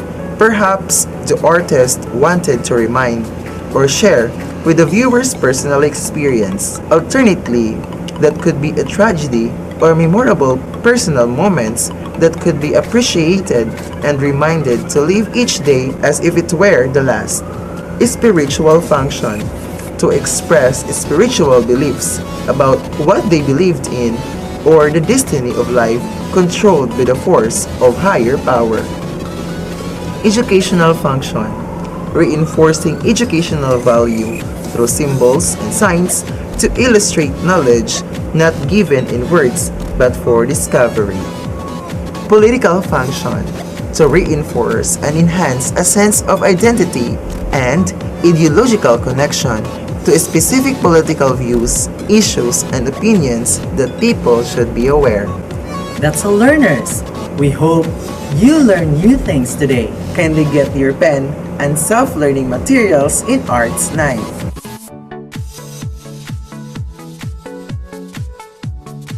Activity 1.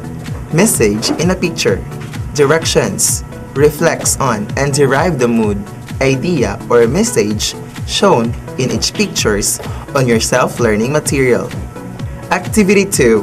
Functionality. Directions: identify the function of arts, either physical, social, personal, spiritual, educational, and political, and write a short explanation about its tradition or history observed in each artwork. Activity 3. Comparison. Directions: compare the artworks on your self-learning material according to its characteristics and write if it is a neoclassical or romantic period. Activity 4. Be inspired. Directions: paint or sketch an illustration showing the ideas of neoclassical or romantic painting. Observe the usage and application of the elements of arts. For more questions or clarification, you may contact the number of your subject teacher printed below your SOM. Nahuli ka ba sa ating episode ngayon? Worry no more, dahil mapapanood pa rin ang mga episode sa aming YouTube channel, ang Astral Academy. Don't forget to like, subscribe, and hit the notification bell para updated ka sa mga bagong aralin. Good luck, learners! We know you can do it. Expect for more MAPI lessons in the next episode. Always remember, believe in yourself and have faith in your abilities.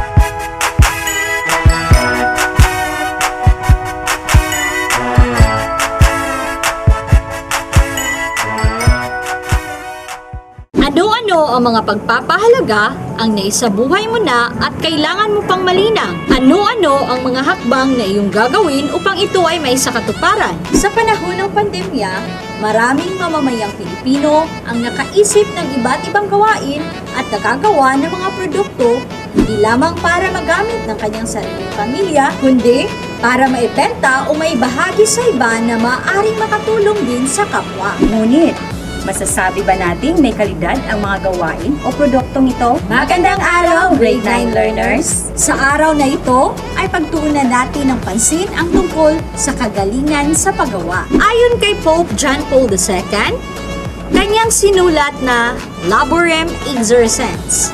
Ang paggawa ay mabuti sa tao dahil sa pamamagitan nito na isa sa katuparan niya ang kanyang tungkulin sa sarili, kapwa at sa Diyos. Ang kagustuhang may sa buhay ang mga layunin ito ang nagtutulak sa kanya upang magkaroon ng kagalingan sa paggawa. Hindi dahil sa lakas ng kanyang katawan, pagkakaroon ng propesyon o kursong natapos, ngunit dahil sa hangarin niyang makagawa ng kabutihan sa kanyang paggawa. Ang kagalingan sa paggawa ay naisa sa buhay kung tataglayin mo ang mga sumusunod na katangian. Una, nagsasabuhay ng mga pagpapahalaga.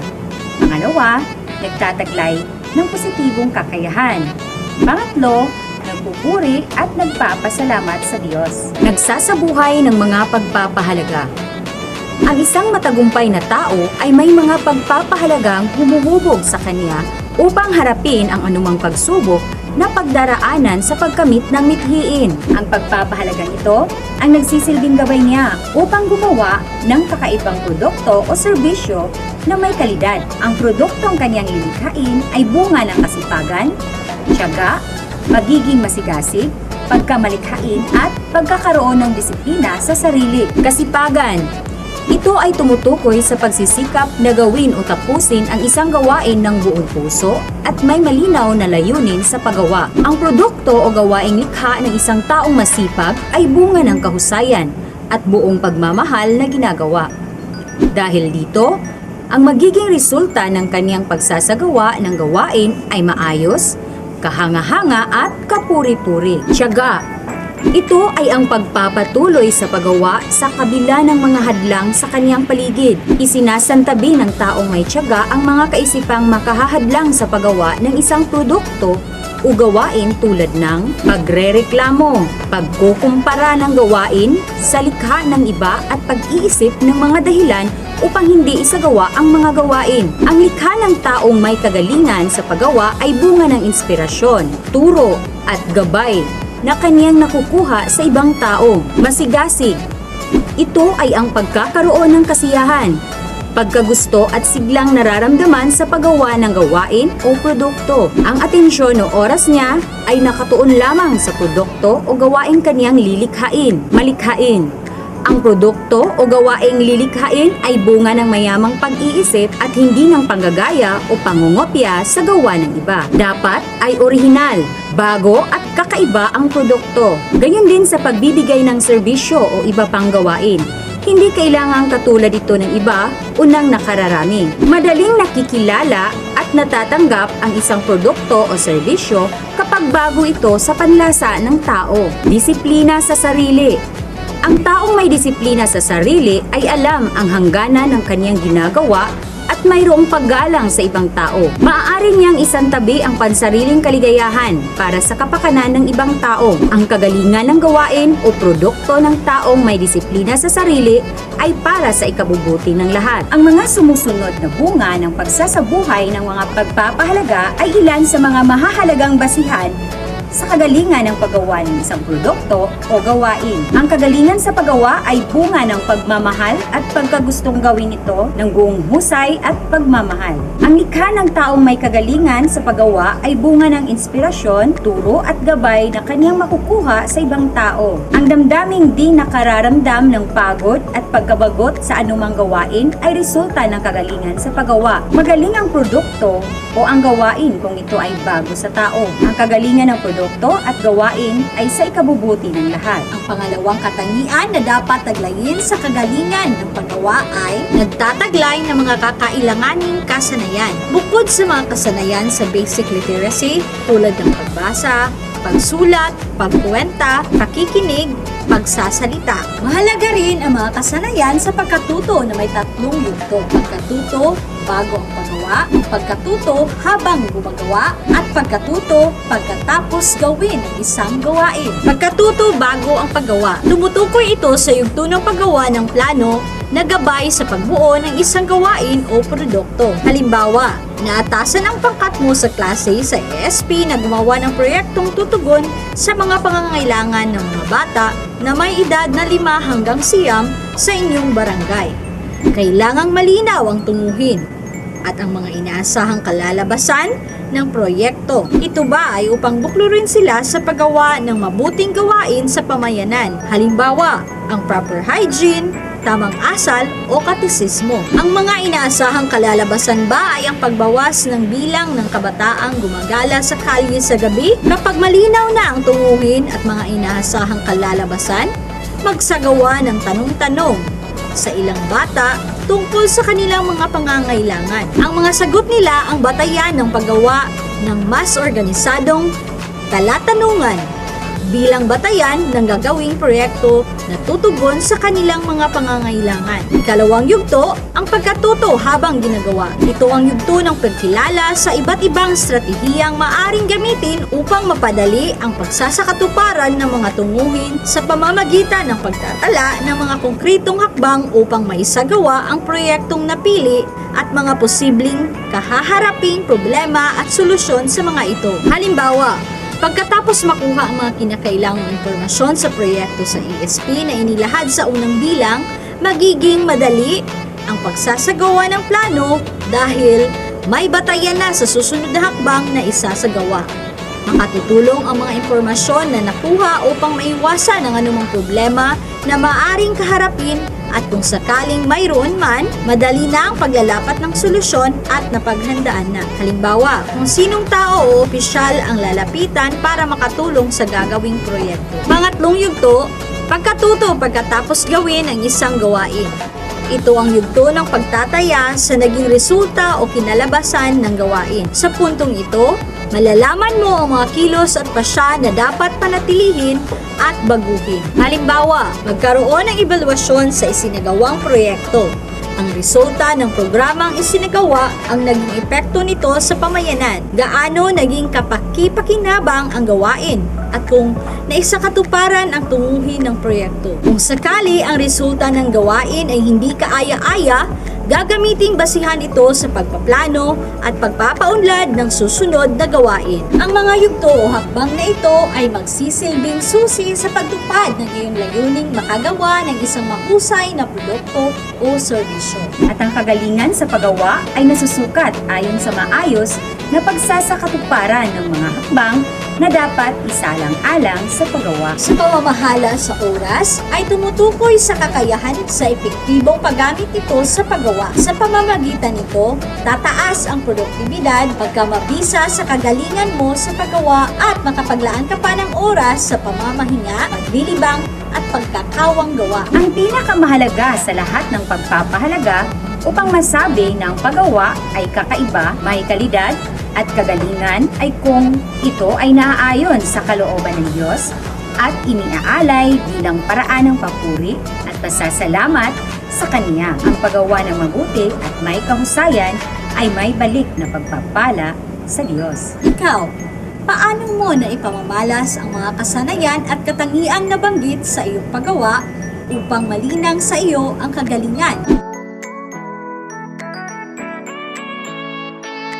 Ngayon ay ating sukatin sa pamamagitan ng pagsagot sa iyong gawain sa araw na ito. Sabayan niyo ako sa pagbasa sa panuto. Sumulat ka ng mga maaari mong gawin sa panahon ng pandemya upang maisabuhay ang pagpapahalaga sa paggawa na taglay mo na at kailangan mo pang malinaw. At sa ikalawang gawain, gawin ang mga sumusunod, maaring palitan ang nasa halimbawa. Ngayong panahon ng pandemya, mag-isip ng napapanahong gawain o produkto na maaari mong likhain gamit ang 3 yugto sa kasanayan sa pagkatuto. Sundin ang mga yugto o hakbang tungo sa kalidad o kagalingan sa paggawa.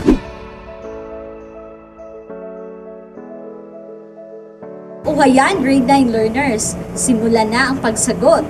Huwag kaligtang isulat ang iyong pangalan hanggang sa susunod na tagpo, learners.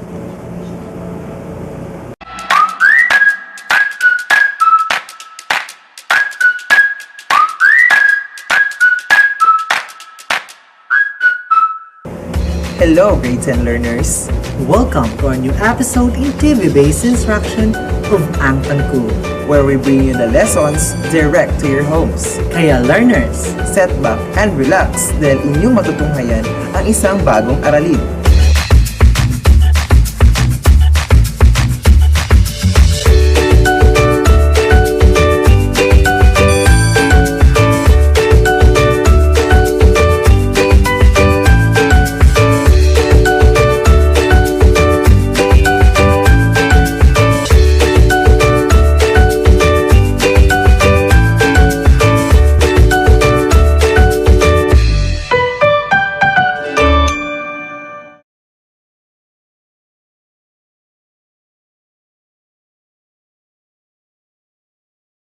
last episode, we discussed about media-based art. In today's episode, you will be going to create artworks that can be assembled with local materials, explain print media, digital media, and innovation in products and industrial design in the Philippines, applies different media techniques and processes to communicate ideas, experience, and stories, and evaluate works of art in terms of artistic concepts and ideas using criteria appropriate for the style or form of design.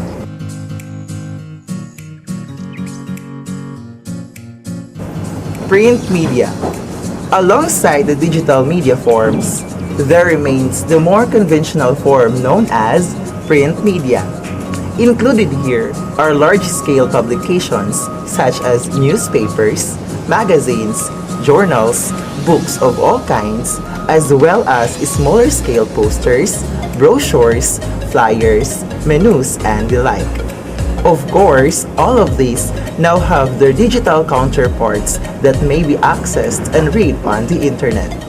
However, there continues to be a demand and a purpose for the actual printed forms of these materials, and whether printed on paper or viewed on the web. These materials once again involved and showcase Filipino artistry. Advertising. Along with the advertising copywriters who provide the text for titles, taglines, and body copy, an entire team of modern-day art professionals create the look of each ad. These range from art directors to photographers to graphic designers to illustrators. If the ad subject requires it, the team may further include food and product stylist, fashion stylist, hair and makeup artist, set and lighting designers, all for the purpose of creating an advertisement that will appear on a printed page or in a format that will be handed out to potential customers. Comic books. Another field of print media that highlights the artistic gifts of Filipinos is that of comic books, or comics as they are referred to locally.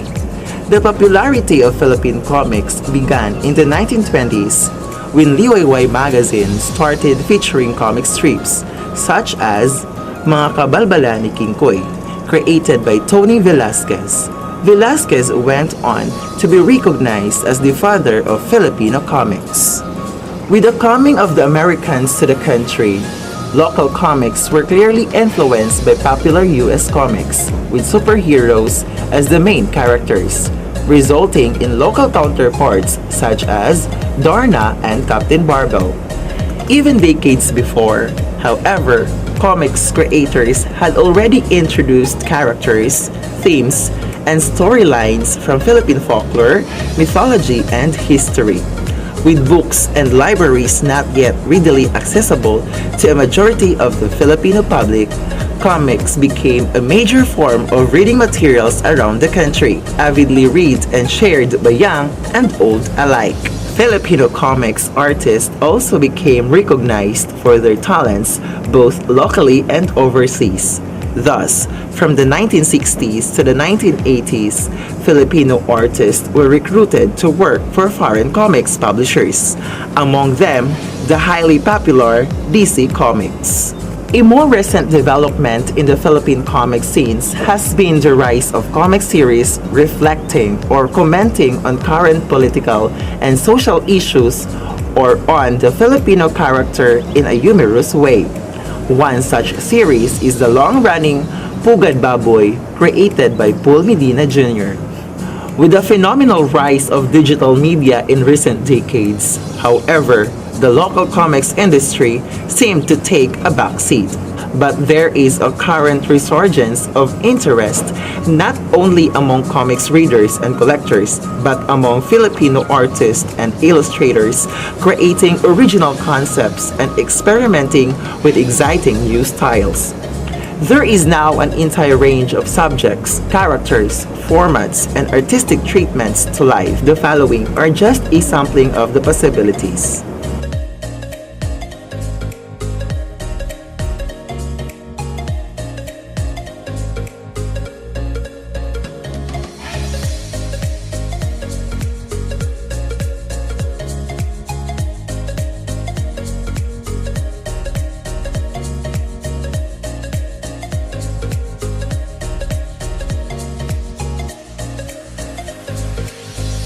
Digital media. Digital media are any media that are encoded in machine-readable formats. Digital media can be created, viewed, distributed, modified, and preserved on digital electronics devices. Digital can be defined as any data represented with a series of digits, and media refers to a method of broadcasting or communicating information together. Digital media refers to any information that is broadcast to us through a screen. This includes text, audio, video, and graphics that is transmitted over the internet for viewing on the internet. Another extremely rich and promising area for young Filipino artists is the field of book design and illustration. Thanks to the visionary mindsets of progressive Philippine book publishers such as Bookmark, Anvil Publishing, Adarna Books, and Tahanan Books for young readers. Local book designers and illustrators have been given the professional stature they deserve and the creative freedom to truly showcase their talents. Ang Tuta ni Noe by Virgilio S. Almario, illustrated by Sergio Bumantay III. How Long Till September by Tanya Sevilla Simon, illustrated by Jel Arwen Posadas. Whoosh by Glenda Ores, illustrated by Aldi Aguirre. Mahabang Mahabang Mahaba by Genaro Gojo Cruz, illustrated by Gani Madueno. But That Won't Wake Me Up by Annie Denise Lumbao and Anelka Lumbao, illustrated by Lisa Flores, published by Adarna Books. A Sea of Stories by Carla M. Pakis, illustrated by Rubin Lizos and published by Bookmark. Why the Piña Has 100 Eyes by Nene Santa Romana Cruz, illustrated by Felix Mago Miguel, published by Bookmark. Gotita di Dragon and Other Stories by Nick Joaquin, illustrated by Beth Paracho and published by Anvil Publishing. Ning Ning by Gelda Cordero Fernando, published by Bookmark. All the artistic skills and techniques that go into producing books like those just presented, of course, have their counterpart in every growing world of digital media. This means that books that were originally available only in print are being gradually converted to digital format, while new books are now conceptualized, written, designed, and illustrated precisely for these online media. This also means that the manner by which today's readers can find, access, and enjoy these electronic books, or e-books, is via digital media tablets, e-book readers, and other handheld reading devices. One such device that is available locally is the e-book reader called Kubu, which features international as well as Philippine titles. Innovation in product and industrial design. The breakthrough arena of Filipino imagination, ingenuity, and innovativeness in recent decades has been that of design. Specifically, this encompasses product and industrial design as applied to furniture, lighting, and interior accessories, as well as fashion from haute couture to bridal ensembles to casual wear. As a result, a number of Filipino designers have risen to superstardom both locally and internationally. Kenneth Cobonpue. Cebu-based Kenneth Cobonpue is a multi-awarded designer and the creative director of Hive, a design and manufacturing facility for designers of interior accessories and lighting. Cobonpue's fresh and exciting concepts and excellent craftsmanship have earned him the acclaimed and the patronage of discerning clientele the world over, including prominent Hollywood celebrities. Monique Louillier. Also hailing from Cebu City, Filipino fashion designer Monique Louillier first rose to prominence for her exquisite wedding gowns. But she has since become one of the darlings of the Hollywood celebrity set, with several A-list stars having worn her couture creations to gala events and award shows, as well as to their own weddings. Josie Natori. Another name that has a prestigious place in the New York fashion industry is that of Josie Natori. Born Josefina Almeida Cruz in Manila, this Filipino-American fashion designer began her career as an investment banker before she made the dramatic shift to creating her own lines of lingerie, resort and loungewear, as well as semi-formal and casual attire.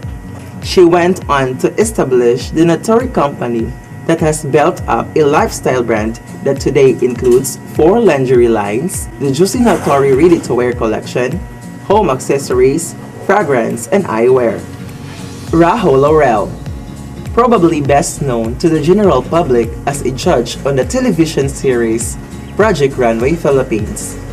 Raho Laurel is a much admired Filipino fashion designer with a number of national and international awards to his name. He trained at New York's Fashion Institute of Technology and at Central St. Martin's in London. Laurel is also a savvy entrepreneur, establishing House of Laurel and Raho Laurel Enterprise. His creations maintain a Filipino sensibility, incorporating embroidery, beadwork, and hand-painted prints, while also offering the prestige of limited edition pieces. Thus, he has gained a loyal local followers and the attention of the international market. Lulu Tan Gan, known for her fashionable nightwear lines since 1985. Lulu Tan Gan has been dubbed the Queen of Nightwear in the country. That specialty has since evolved into a new hand-woven line called Indigenous Couture that blends Filipino artisan crafts, fabrics, fibers, and other local materials with Tan Gan's signature contemporary lifestyle dressing. The designer's vision is to encourage the use of stylized, indigenous, and traditional wear, as she draws inspiration from the rich textile and embroidery traditions of the Philippines and interprets these in modern style and silhouette. Dita Sandico Ong, another Philippine designer who has been advocating the use of local weaving techniques and natural fibers, is Dita Sandico Ong. Known as the wrap artist of the Philippines for her famous bold color wraps, Sandico Ong first experimented with the local weaves of Ilocos Sur known as Inabel, as well as the pineapple fibers blended with Irish linen dubbed Piñalino. That's all, learners. We hope you learn new things today. Kindly get your pen and self-learning materials in Arts 10.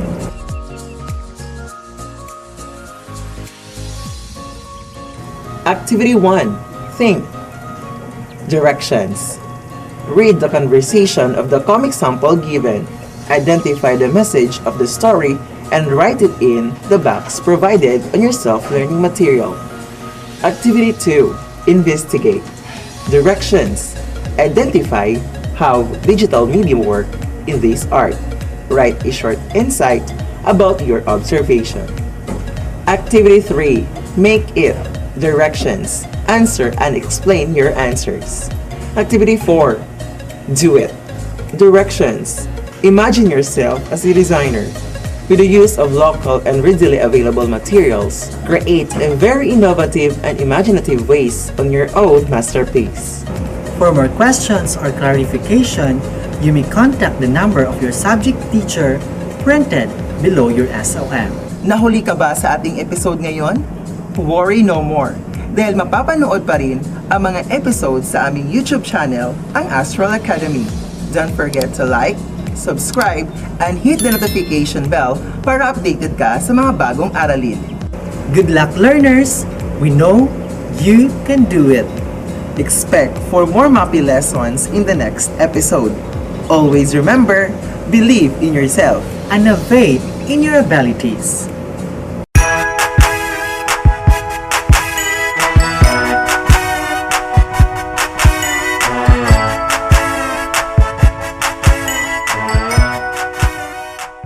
Alam mo ba ang ikalimang utos ng Panginoon?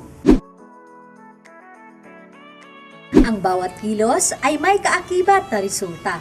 Kung ang kilos ay mabuti at tama, ito ay nagdudulot rin ng mabuting kahihinatnan. Kung ang kilos naman ay di mabuti, ito rin ay may mga di magandang kaaya-ayang resulta. Magandang araw, grade 10 learners! Sa sinundang aralin ay natalakay natin ang tungkol sa mga angkop na kilos upang mapaunlad ang pagmamahal sa Diyos. Sa araw na ito ay alamin at suriin natin ang mga paglabag sa paggalang sa buhay. Kaya, pag-usapan natin ngayon ang mga isyu sa paglabag ng paggalang sa buhay. Una, ang paggamit ng ipinagbabawal na gamot. Ang mga krimeng nagaganap sa ating lipunan ay may malaking kaugnayan sa paggamit ng droga. Dahil sa droga, ang isip ng tao ay nagiging blank spot. Nahihirapan ang isip ng tao na iproseso ang iba't ibang impormasyon na dumadaloy nito na karaniwang sanhi ng maling pagpapasya at pagkilos. Ang pagkagumo nito ay nagdudulot ng masasamang epekto sa pisikal at isip ng taong gumagamit nito. Maaari itong maghatid sa tao sa maling landas at posibleng pagkamatay. Pangalawa, ang isyong alkoholismo. Ang labis na pag-inom ng alak ay may malaking epekto sa pag-iisip. Sumisira sa pagiging malikhain, kawalan ng pokus, nagpapahina ng enerhiya at nabawasan ang kakayahan sa paglinang sa makabuluhang pakikipagkapwa. Apektado rin ang kalusugan ng tao.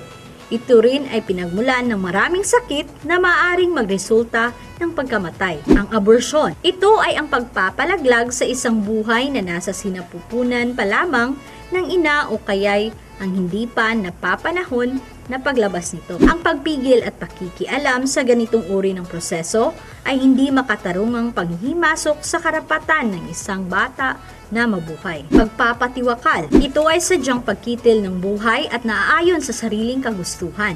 Ang pagkitil sa sariling buhay o pagpapakamatay ay isang kasalanan sa Diyos.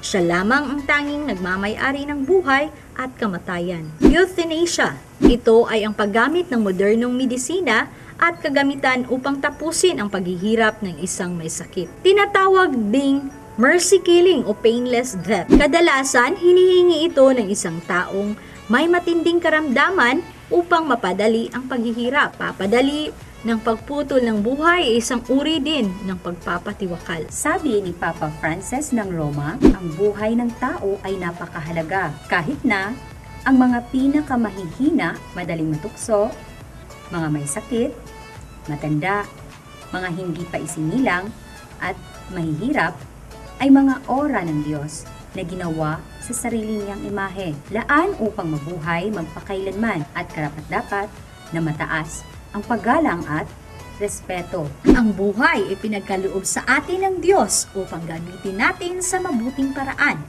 Ito ay banal. Itinuturing na maling gawain ang hindi paggalang sa kabanalan ng buhay dahil ito ay indikasyon ng kawalan ng pasasalamat at pagkilala sa kapangyarihan ng Diyos. Ngayong nabatid mo na ang kahalagahan ng buhay at ang mga isyu sa paglabag nito, handa ang iyong activity sheet sa ASP at sagutin ang mga hinihingi sa gawain. Sabayan niyo ako sa pagbasa sa panuto. Panuto, tukuyin ang mga paglabag ng paggalang sa buhay. Piliin ang wastong sagot na nasa loob ng kahon.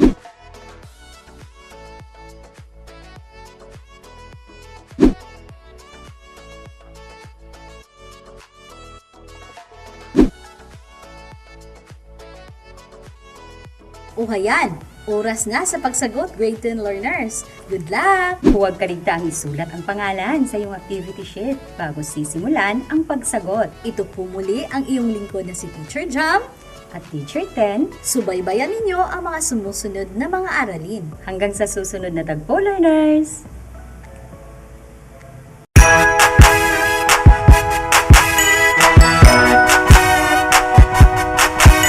We hope that you have learned the most essential lessons you need to master. See you on our next episodes. This has been We share. Ang Tangkub. It's tangkub time. We learn all things. It's very fun. Masaya. Tangkub time.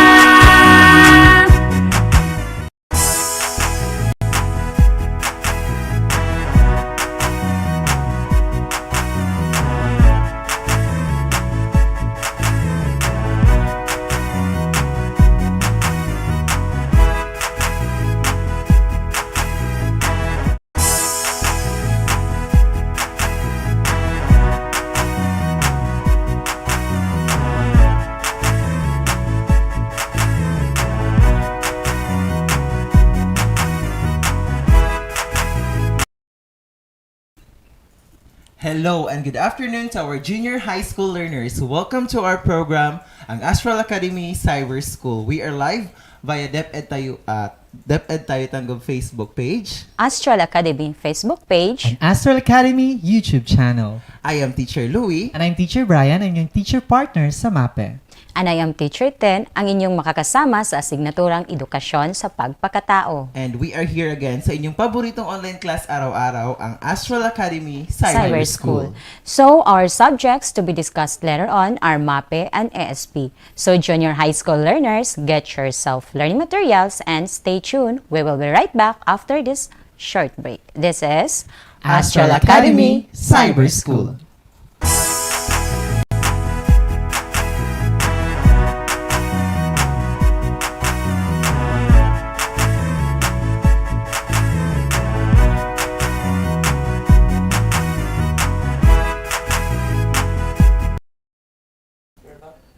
And we are back, still here In Astral Academy Cyber School. Okay, so this time, Sir Brian and Ma'am Tina, itong first nga i-discuss is all about PE7. Okay, so grade 7 learners, get yourself learning materials because in this episode or this week, you're going to execute the skills involved in the dance. Okay, so today, learners, you are going to perform the skills in folk dances. But before We start, Sir Brian. What is folk dancing? Okay, so learners, by the way, folk dance is a dance developed by people that reflect the life of the people of a certain country or region. So there are forms of folk dances here in the Philippines. So what are those, gani, Sir Luigi? Okay, so the Philippine folk dances in the Philippines, Sir Brian, are a rural dance. Okay, best known and close to the Filipino heart. These dances are from the rural Christian lowlands. It also illustrates the fiesta spirit and demonstrate a love of life. Okay, example ana niya, Sir Brian, is sayaw sa bangko. Nakasayaw ba ka na, Sir Brian? Yes, nakasaya ako mga learners with Ana. Okay, so next we have Spanish influence dance. Okay, the coming of the Spaniards in the 16th century brought a new influence in the Philippine life. They are named in honor of the legendary Maria Clara. Okay, so naada, ang example ni Sir Brian is kanang Cariñosa.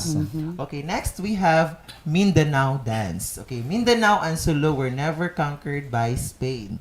The dances in Muslim, however, predated the Muslim influence. Okay, Singkil was introduced after the 14th century. It was based on the epic legend of the Rangan of the Maranao. Okay, Yes. next we have Cordillera dances. These are dances of mountain tribe in northern Luzon, such of those of the Kalinga and Ifugao people. Okay, Cordillera, a name given by the Spanish conquistador when they first saw the mountain ranges.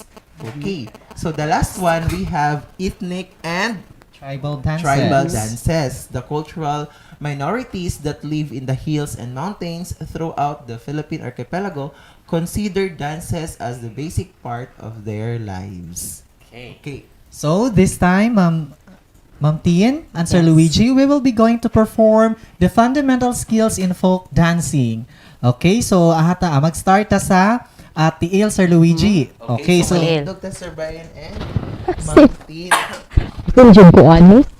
Yes. Siguro ba ni wala akong okay, tiil? so we will start sa tiil. So I will give the direction, then Sir Luigi and Ma'am Tien will demonstrate. Okay, so we will start sa first position sa tiil. Okay, ang heels together and toes apart with an angle of 45 degrees. So ning ana. Okay, mo ni siya yung first position sa tuang feet. Okay.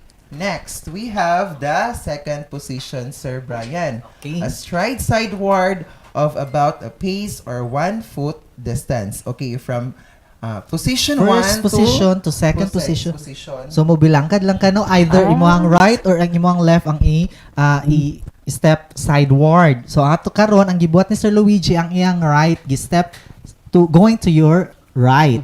Now this time we will proceed to the third position sa imuhang tiil.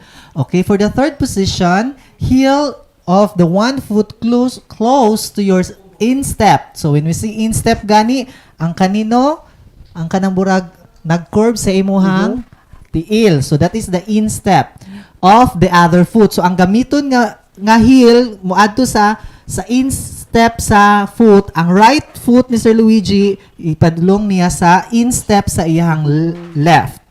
So that is the third position. Okay, mag-start ta sa first position. First position, Sir Luigi. First. Next, second position. Second. And then proceed to third position. Now this time, fourth position. For the fourth position, 1 foot in front of the other foot about a pace distance. So katong giliyok nga tiil ganiha, mao ra poy i-move nimo patkaron forward. Diha. So 1 foot in front. So that is the fourth position. Then lastly, the fifth position, heels of the front foot i-close nimo to the big toe of your rear foot. When we say rear, katong tiil nga naka-flat.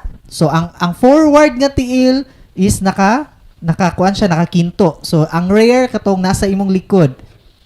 So that is the fifth position. Now atong i-review ang first to fifth position, Sir Luigi. First position, second position, open. Third position sa instep. Fourth position, forward. And then fifth position sa imuhang that one. Di close na po siya balik, then i-turn mo back to first position. So mao na ang position sa tiil, the fundamental position of the feet. Now this time we will proceed sa Arms na punta, Arms. Sir Brian. Okay, so first, Si Brian naman. Sir Brian, no, we're going to perform the first position. Okay, Sir Luigi will perform the first position.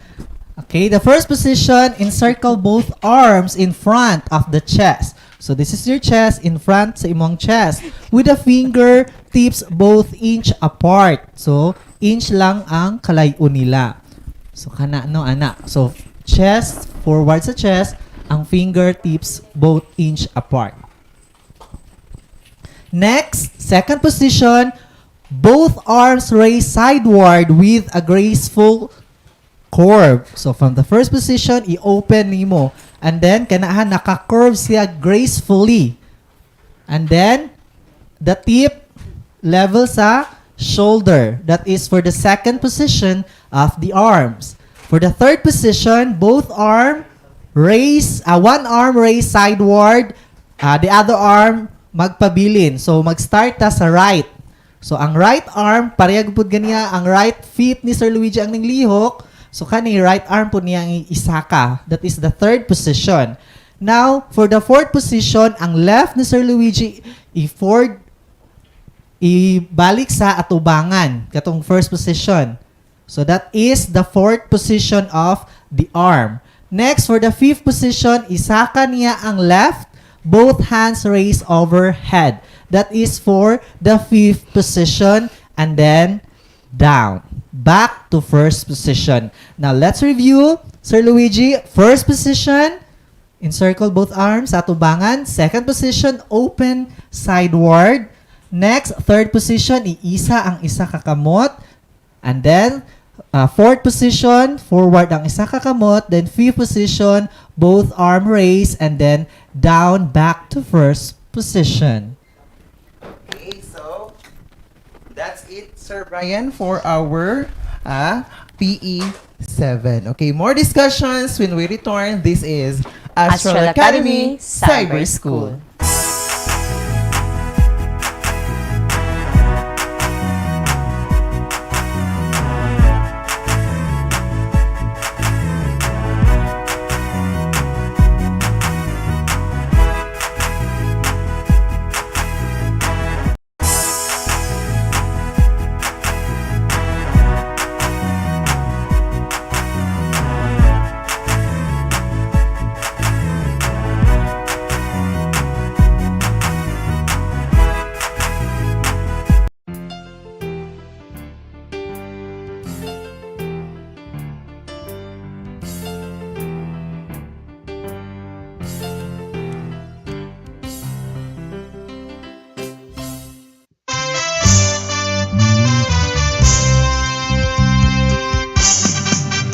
Dali na mag-science na kita, mag-observe o mag-discover ta, living things o non-living things, mga stars o mga planeta.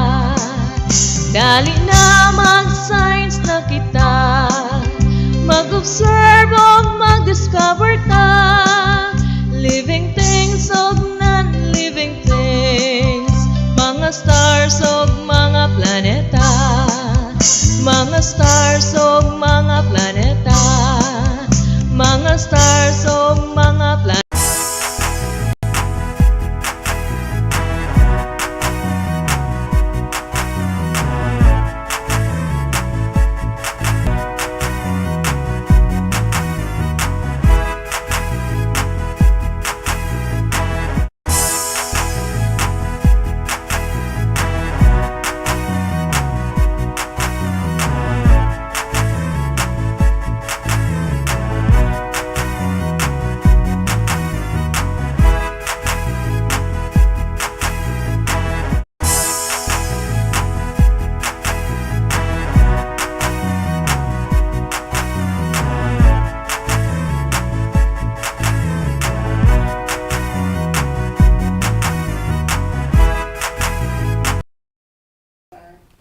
And we are back, still here In Astral Academy Cyber School.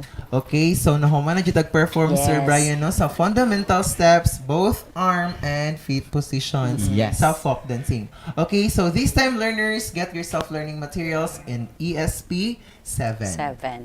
So, at ang ating learning competency sa linggong ito ay nakikilala na ang mga pangarap ang batayan ng mga pagpupunyagi tungo sa makabuluhan at maligayang buhay sa mga aspetong personal na salik na kailangang paunlarin kaugnay ng pagpaplano ng kursong akademiko o technical, vocational, negosyo o hanap buhay. Pakipagkilala sa mga kahalagahan ng pag-aaral bilang paghahanda sa pagninegosyo at paghahanap buhay at ang mga hakbang sa paggawa ng career plan. Okay, so Ma'am Tin and Sir Yes. Luigi, bakit kailangan makilala ang mga pangarap na maaring batayan ng mga pagpupunyagi tungo sa makabuluhan at maligayang buhay? And then, mahalaga ba ang mangarap, Ma'am Tin? Yes. Pero bago yan, magtanong muna ako sa inyo, Sir Louie at Sir Brian at Sir Louie. Nung kayo ay nasa first year high school pa lang, o yung tawag ngayon ay grade 7 na ang katubas ngayon, may naalala pa ba kayong mga pangarap o mga ninanais sa buhay noon? Si Sir Brian sa Sige daw. first. Sir Brian. Mga dream ato Dream, Sir Brian oo. atong grade 7 pa ka. Grade 7, nurse, ma'am. Oh, but sad to say, so wala man siya, so nimpurso ko to the next dream. So ana man gyud akong dili makuha nimo ang plan A. So, nakay backup? Yes, nakay backup plan. Sumayo po Ako ang ang backup, team no? kay murag ako ang dream before sa grade 7 ako is Model. no, Sir Brian, ako is mag-chef dayon. Pero naa sa barko. Unsa nga chef? Chef siya, of course. Mag-chef. No. Mag-chef ka, Sir Sa Brian. barko pero dahil, yes, Sir sa Brian, barko, oy. Muna ko ang gusto nga dream sa una, Sir Brian, ng grade 7. So pwede na ka mag-performer sa barko karon na lang. So, yun. Mahalaga ba para sa inyo ang mga pangarap na yun? Yes, Ma'am Tin. Mahalaga ang pangarap. So, tama kayo. Napakahalaga na matuto tayong mangarap o magnais ng mga ginusto natin sa buhay. Sapagkat sa pamamagitan nito ay may paghuhugutan tayo upang magpunyagi na makamit ito. At kapag nakamit natin ito o nabigyan natin ng katuparan sa ating hinaharap, makapagbibigay ito ng masayang pakiramdam at pagkakontento sa buhay, Sir Louie. Ma'am Tin, sa mga aspeto ng buhay, ano naman ang mga personal na salik na kailangang paunlarin kaugnay ng pagpaplano sa kursong akademiko o technical, vocational, negosyonal or negosyo o hanap buhay? So, ang mga personal na salik o dahilan na kailangang paunlarin kaugnay ng pagpaplano ng ng kursong akademiko o technical, vocational, negosyo o hanap buhay ay una, hilig o interest. Yes. Okay, so, Ang first ginamang Pinoy na yung hilig interest. mo, Yes, ganahan mo oo. jud ka ana. Yes, kay mo po na yung maka... Mo na daghan pong cases man good ug dili nimo hili Dili or mo siya napugos hilig. ra ka ana. Ma-change naman po Dali ra dayon. kayo kasuhan. Yes, Oo. dapat hilig yun nimo. Isa pa, pag hilig nimo, Okay, next is pagpapahalaga. So, ito yung mga pinapahalagahan mo sa buhay. Tulad ng panloob at panlabas na pagpapahalaga. So, halimbawa, yung pagpapahalaga mo sa pamilya, That's right. sa kapwa, ano pa, Sir Brian? Sa trabaho, Yes. Maging sa pagpapahalaga sa mga ugali. at kaugalian. Yes. Yes. So, at ang pangatlo ay mithiin. So, dito na yon. Ito yung mga goal o mga nais nating makamit sa buhay. Kapag iisipin natin itong mithiin na ito, dapat isaalang-alang ang pakikiisa upang makamit ang kabutihang panlahat. So, may mga pamantayan sa pagbuo ng mahusay na mithiin, di ba, sir? Okay, so- So, Siya yung, ang mga yung una ay dapat, tiyak or specific. yes. Yes. So, Kung nakay goal, dapat Specific. specific para dili na ka magsigig para di ka bahin-bahin. malibog. So, unsa gyud iset gyud nimo unsay mong specific nga kuan. Ang Dapat uban po na Sir Brian, goal. i-list down gid nila Sir Brian ang ilang gusto mahitabo sa ilang life. Yes. Okay, mo nang iniglanton nila ay ingon ani akong gusto karon. Karong adlaw mo ani ako ang gusto Goal. mahitabo. Goal, imong goal, Okay. yes. Next is Next is measurable. Dapat nasusukat. Pag-isipang maigi kung kakayanin ba itong gawin o Kakayanin bang ipagpatuloy sa kabila ng mga matinding pagsubok o yung mga challenges? Exactly, Ma'am Tin. So, dapat good no, ma-measure good no ang iyang mga Yes. goal. Okay, next is attainable or makatotohanan or naaabot.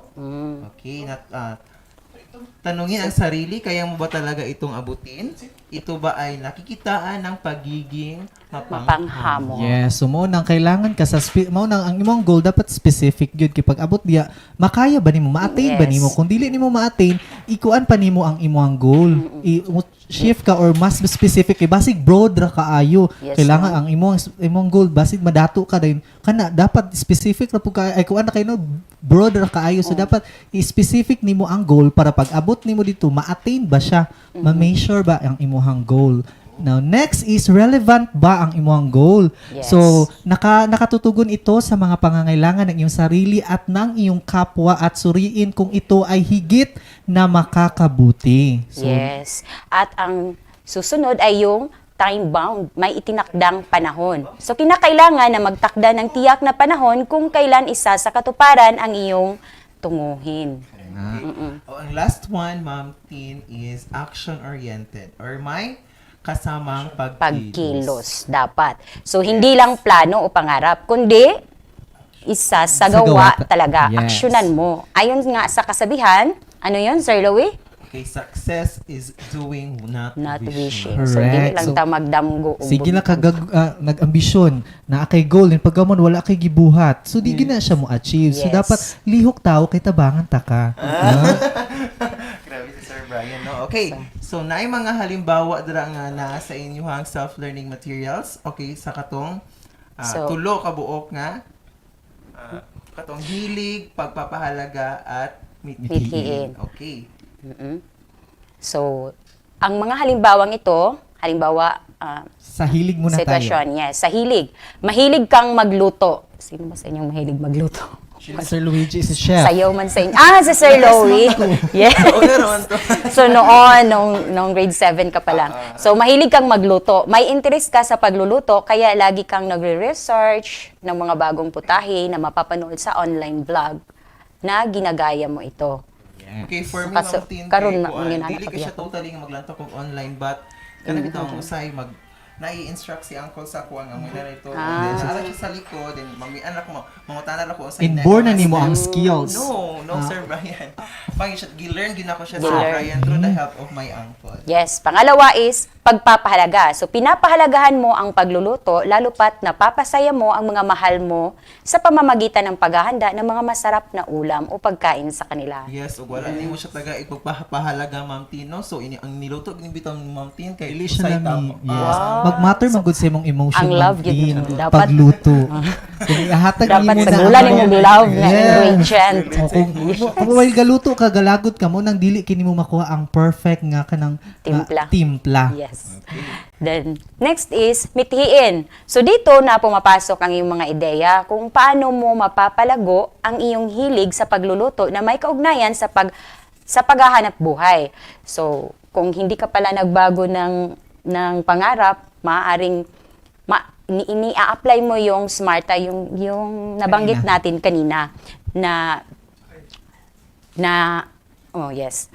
upang upang magkaroon ng katuparan ng iyong pangarap na nais makamtan. So, pwedeng mag-aral ka ng may kaugnayan sa pagluluto upang lalong mas maging bihasa sa larangan ito. At the same time, pwede mo pang mapagkakakitaan.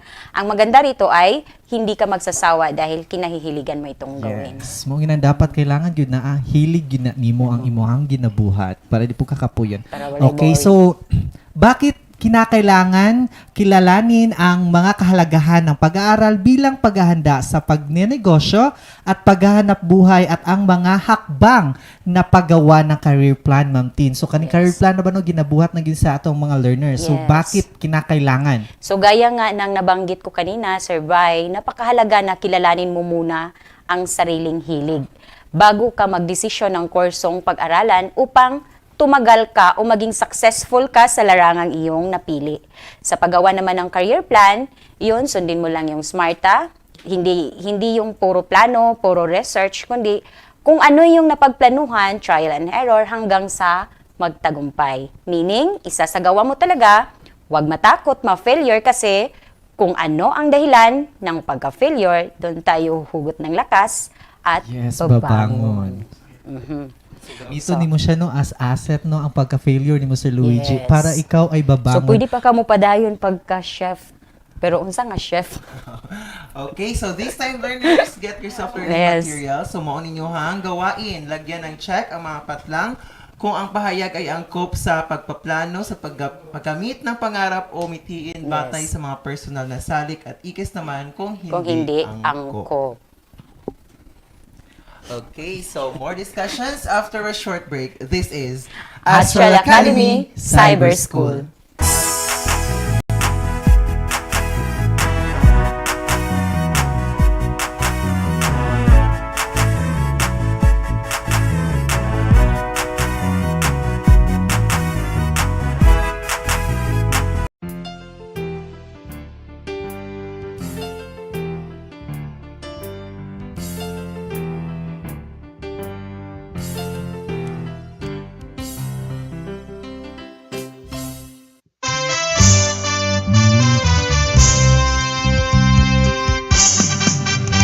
Dali naman science na kita, mag-observe o mag-discover ta, living things o non-living things, mga stars o mga planeta.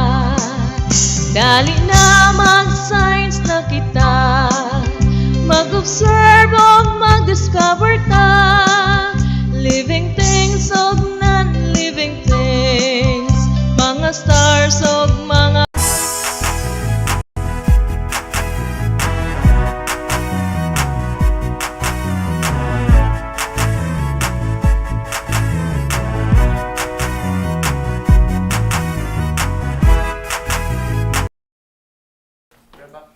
And we are back still here in Astral Academy Cyber School. Okay, so this time, Sir Brian, let's talk about PE8 na po, o ESP 8. Okay, pero first, let's talk about PE8.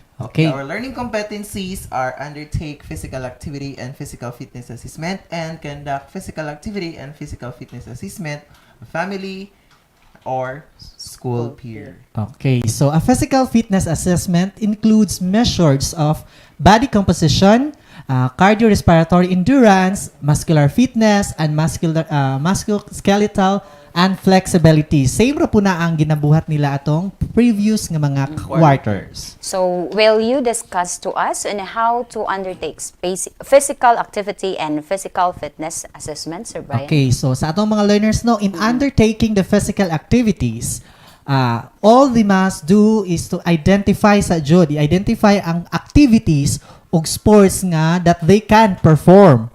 So dapat i-identify sa kung makaunsa nga mga activities nga ilang ma-perform.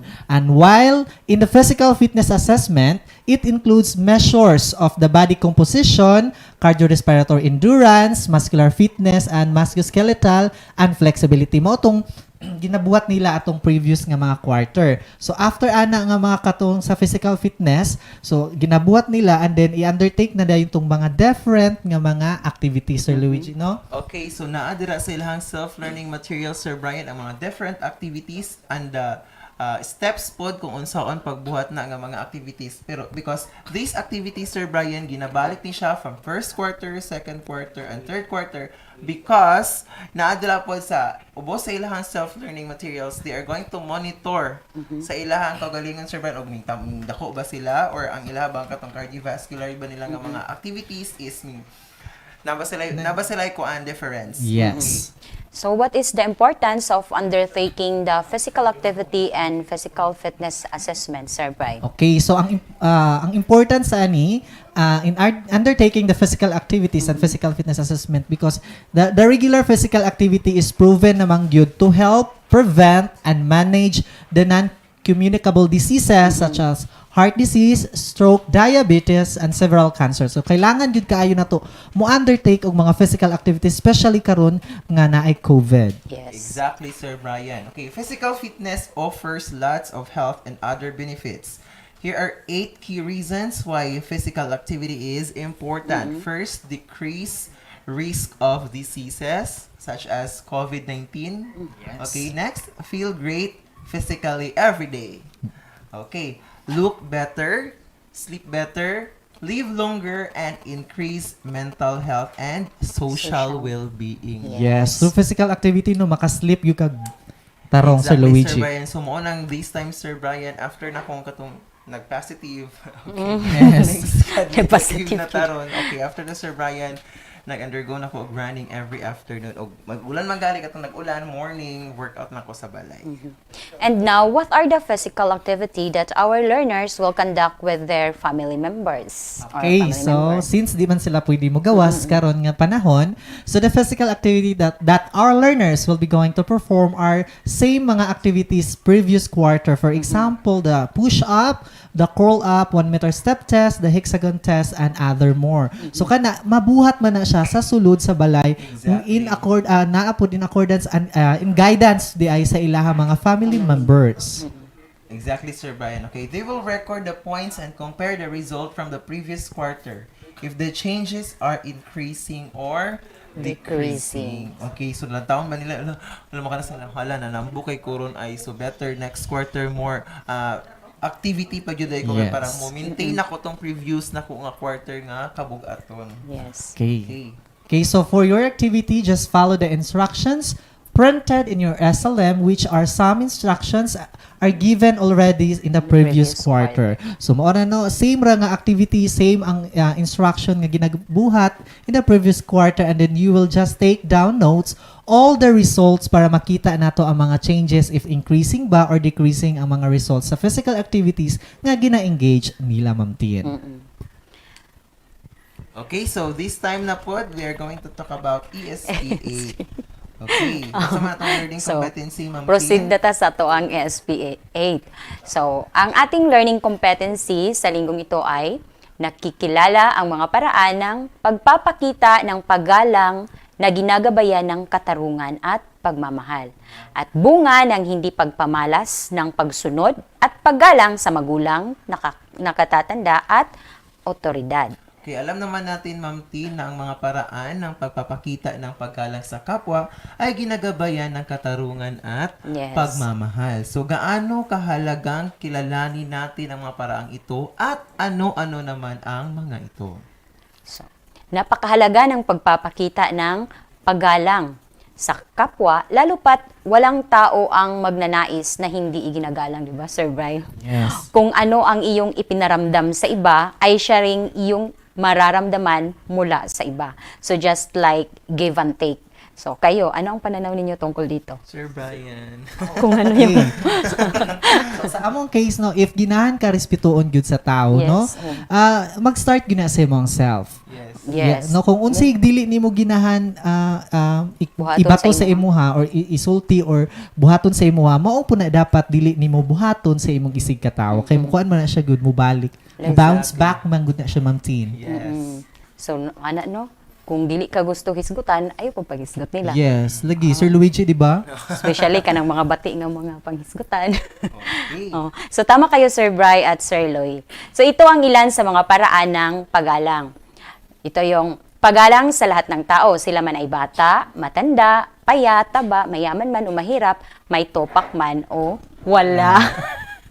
So, kung iginagalang mo ang mga nakatatanda, hindi ba nagmamano ka sa kanila at magsasabi ng po at opo? Sa gara ra ba karon, Ma'am, no, kay murag nagkawala na ni siya. Nagkawala Kasi na. siya ginagana. So, kanang pero naapagihapoy mga batanon nga mga bata nga kung matagbuan nimo sa gabi napagi time nga mingon sila may gabi so kana bahalag wala na nang po at opo kay namta diri sa Mindanao kana lang yung may gabi may buntag ana O kaning pag-amin. hi then pag-amin nya giwala-wala man na tungod sa COVID so Contact. pag great lang gyud.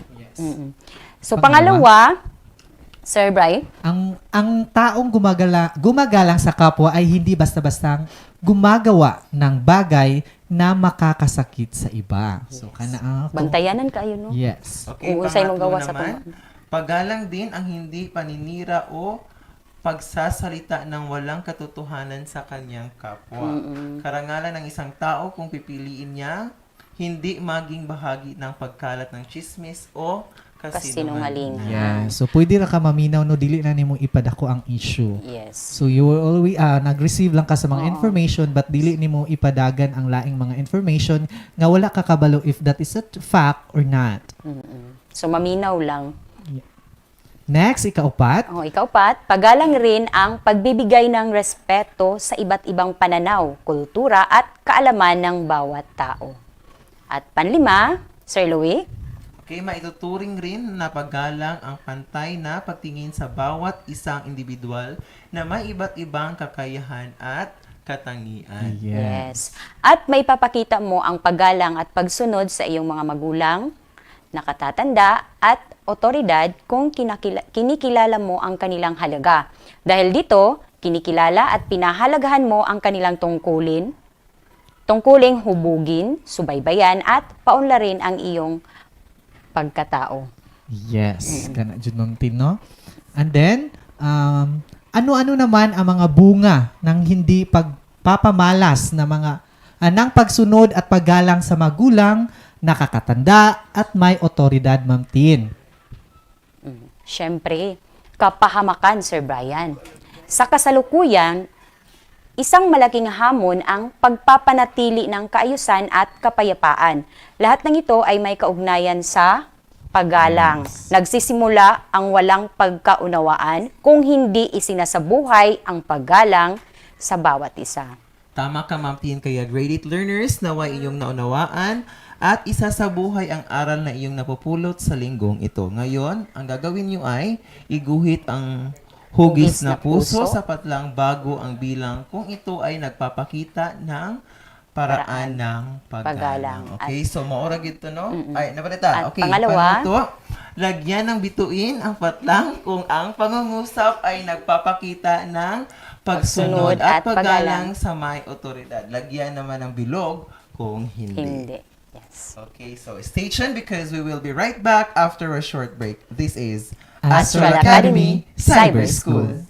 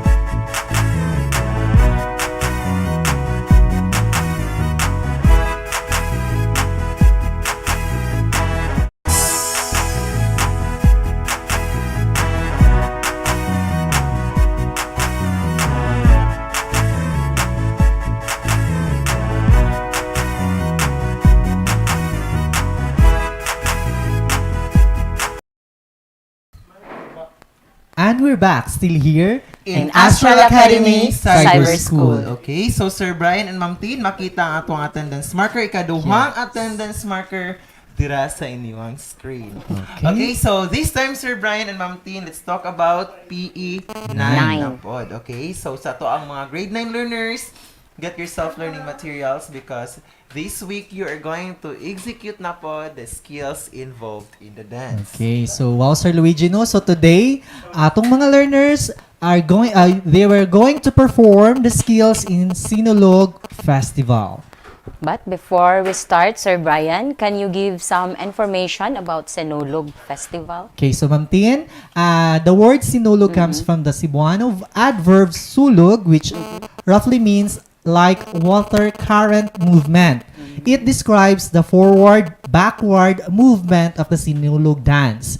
So the dance consists of 2 steps, forward and 1 step backward, done to the sound of the drum. So mostly drums man yun ang ginagamit. So this time, Sir Luigi will perform the basic steps in Sinulog. Yes. Okay. So there are 2 basic steps in Sinulog.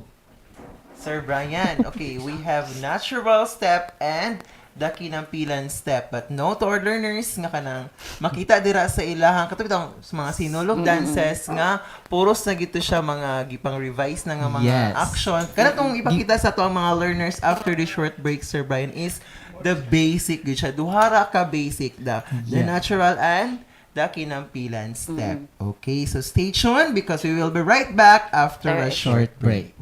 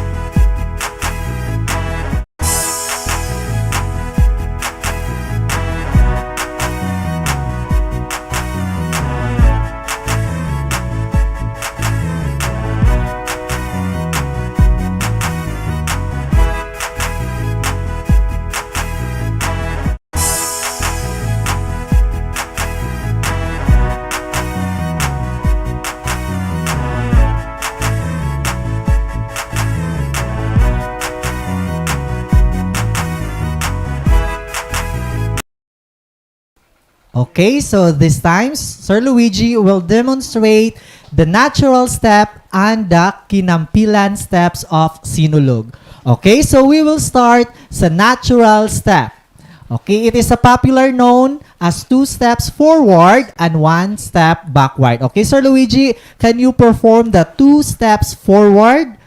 1, 2, and then backward 1 and 2. So that is the natural step. So atong countingan, 42 go, and 1, 2, 3, 4, 5, 6, 7, 8, 8, 7, 6, 5, 4, 3, 2, 1. So that is the natural step of the Sinulog. Now let's proceed to the second step, the basic step of the Sinulog, the kinampilan steps. Okay, the kinampilan step has 1 step right foot forward and 1 step backward while the left foot stays in place. Okay, so the footwork starting sa 1 step right foot forward. Okay, naka-forward imo ang right foot. And then 1 step backward. Then while the left foot naka-stay in place. Okay. So balikon, right foot forward, Sir Luigi. Backward na po, dayon stay ang left. Okay. 42 go. And 1, 2, 3, 4, 5, 6, 7, 8, 7, 6, 5, 4, 3, 2, 1. Okay, this time learners, i-combine na to ang duha ka basic steps sa sinulog. Okay, starting ta sa natural steps, then next is kinampilan step. Okay, tag 8 count, Sir Luigi, no? Atong i-combine ang duha ka basic steps sa sinulog. 4, 3, 2, go! And 1, 2, 3, 4, 5, 6, 7, 8, 8, 7, 6, 5, 4, 3, 2, 1. So, maoto ang duha ka basic step sa sinulog, mga learners. Okay? We will be right back after the short break. This is...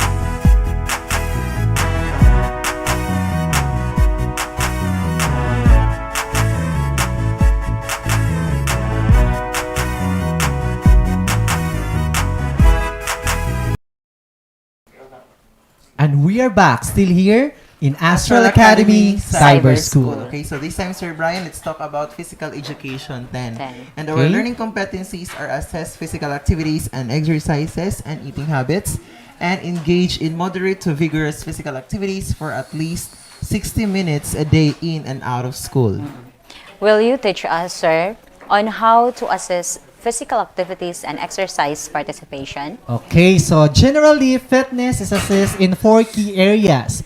We have aerobic fitness, muscular strength, and endurance, flexibility, and body composition. Okay, so to do your assessment, all you need to do is a stopwatch or a watch, cloth measuring tape, yardstick or ruler or meter stick, and heavy-duty tape, scale, and then someone nga to help you to record para makuha niya ang mga result. How do you assess our eating habits, sir? Luigi? Sir Louie.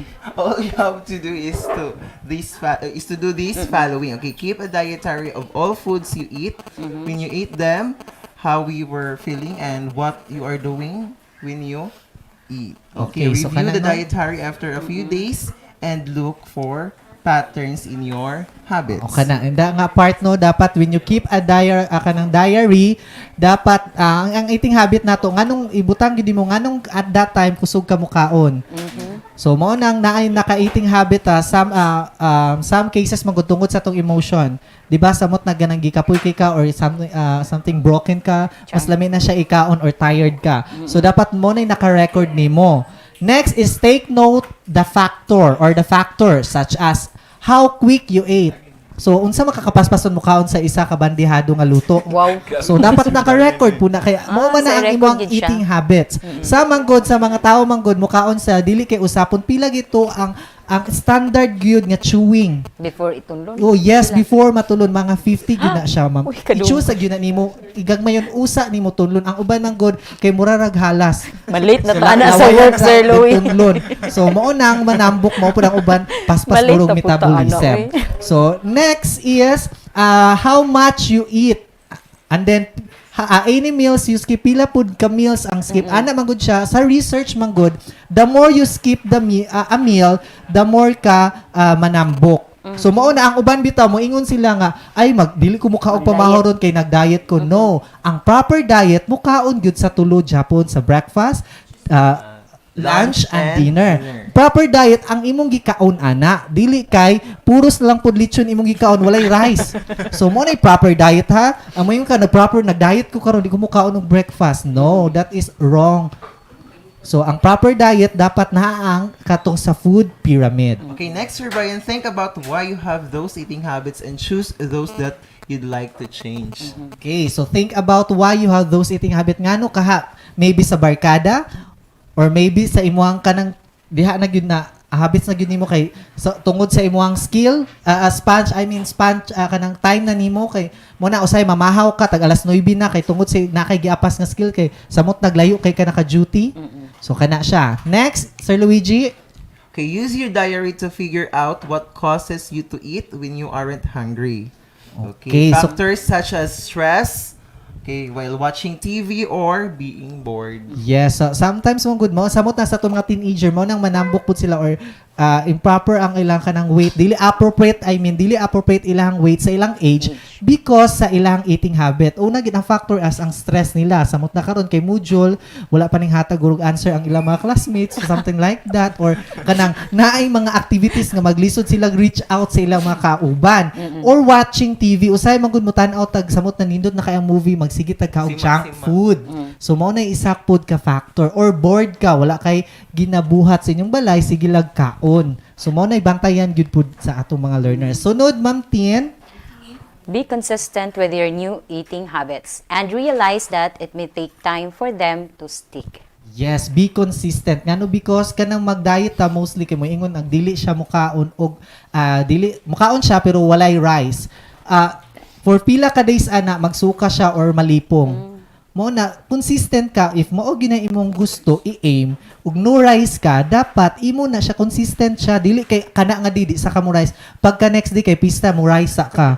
No, be consistent sa imuhang eating habits. Okay, Sir Brian, so what are the importance of assessing the physical activities, exercises, and eating habits? Okay, so mga learners, eating smart and being active have similar effects on your health.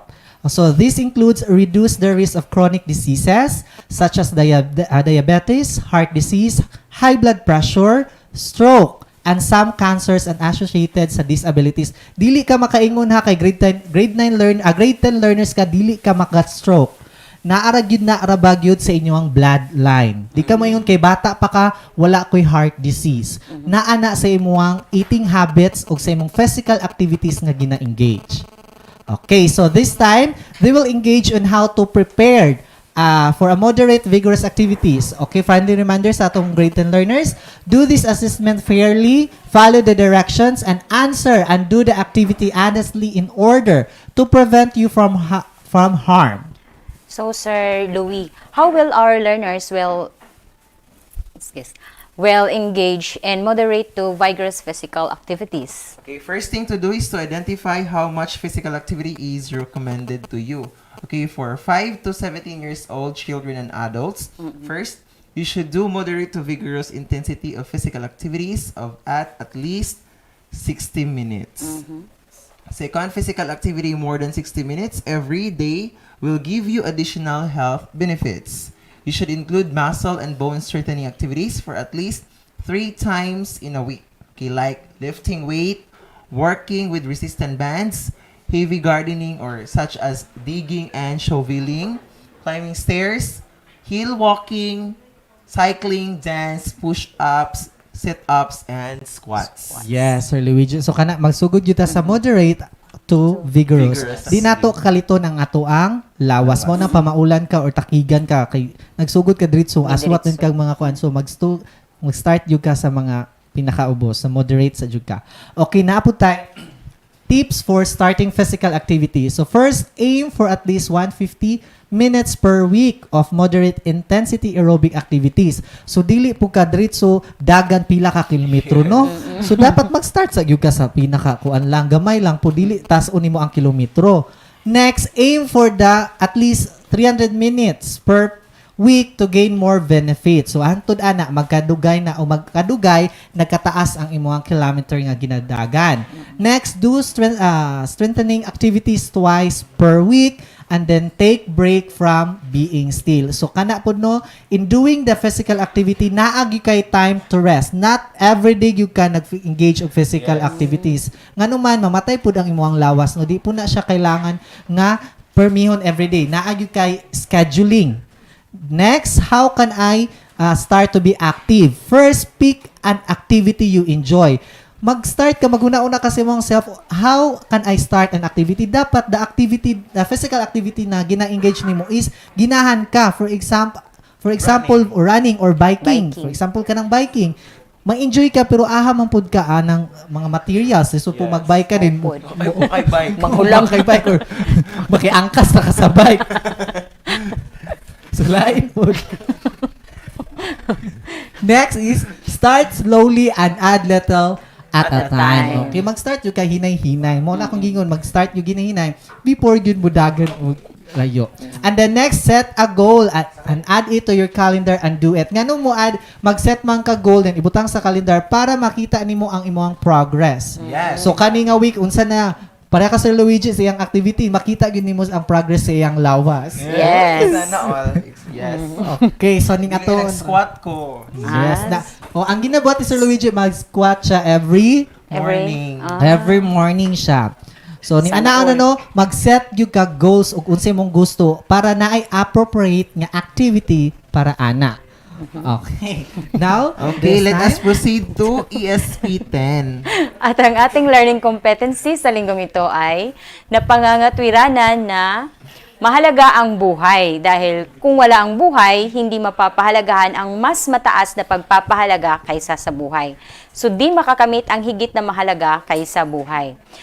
Pangalawa, ang pagbuo ng posisyon tungkol sa mga isyu sa buhay bilang kaloob ng Diyos ay kailangan upang mapatibay ang ating pagkilala sa kanyang kadakilaan at kapangyarihan at kahalagahan ng tao bilang nilalang ng Diyos.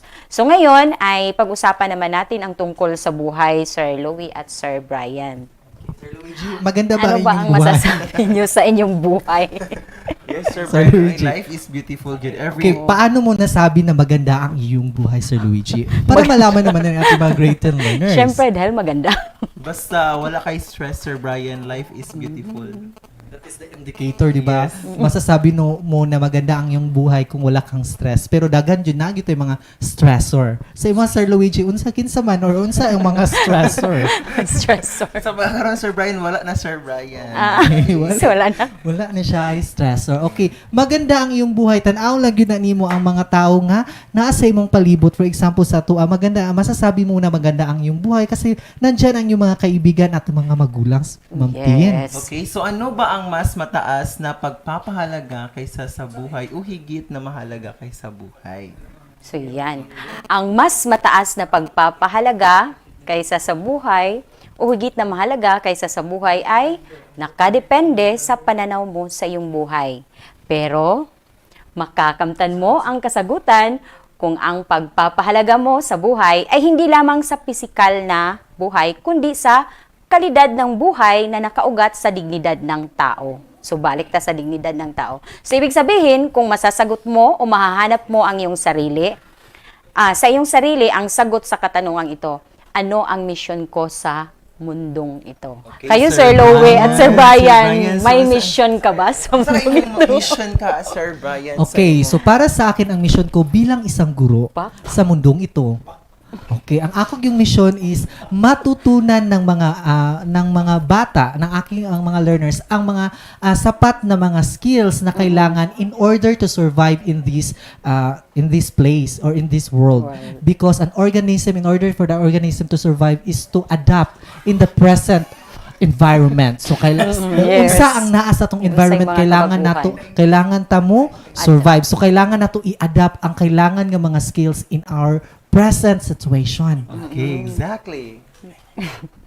So, di ba kung masasagot natin ang tanong na ito, Sir Louie, sa ating sarili, mas mapapahalagahan natin ang ating buhay at kung desidido ka na bigyang katuparan ang misyong iyan, ay hindi ka madaling susuko sa buhay, lalo pat hindi mo pa naaabot ito. Okay, so paano ba ang pagbuo ng posisyon tungkol sa mga isyu sa buhay bilang kaloob ng Diyos at bakit kailangan ito upang mapatibay ang ating pagkilala sa kanilang Kaniyang kadakilaan. ang kanyang kadakilaan at kapangyarihan at kahalagaan ng tao Bilang nilalang. Yes. So ito, ano-ano ba ang mga trending na issue na may kinalaman sa buhay na kaloob ng Diyos? Okay, so Ano ba ito, nada, no, Sir kaning Brian? abortion, suicide, physical and moral at mental na pang-aabuso at Yes. papatay at iba pa. Yung Yes, meron siya. ding extrajudicial killings. Kung ang posisyon natin dito ay hindi sang-ayon sa mga isyong ito at kung mapangangatwiranan natin ito, ibig sabihin ay lubos na pinahalagahan natin ang kadakilaan, kapangyarihan at kahalagahan ng tao bilang nilalang ng Diyos. Okay, so this time, learners, okay, so sa inyong gawain, mayroong inihandang kamay na grapikong ilustrasyon, isulat sa palad kung bakit mahalaga ang iyong buhay at sa mga daliri ang mga katwiran mo hinggil sa posisyong napili sa bawat isyu ng buhay na nakapaloob dito. ang mga isyong ito ay First, pagpatay, pagpatiwakal, okay, pagpapalaglag, pag-inom at paninigarilyo. So, yan lang sa ngayon, grade 10 learners. Okay, so ang atuang ikatulong attendance marker, makita na po dira sa inyong screen. Okay, so this time, Sir Brian, magpasalamat ta sa atong executive producer, head by Sir Gasepi, our production team, and of course, to our dear learners. Okay, this has been Luigi Teleron from Silangit National High School. this has been Brian Cahigas of Sumirap National High School. And this has been Kristen Monternel from Kanyangan National High School. This is Astral Academy Cyber School.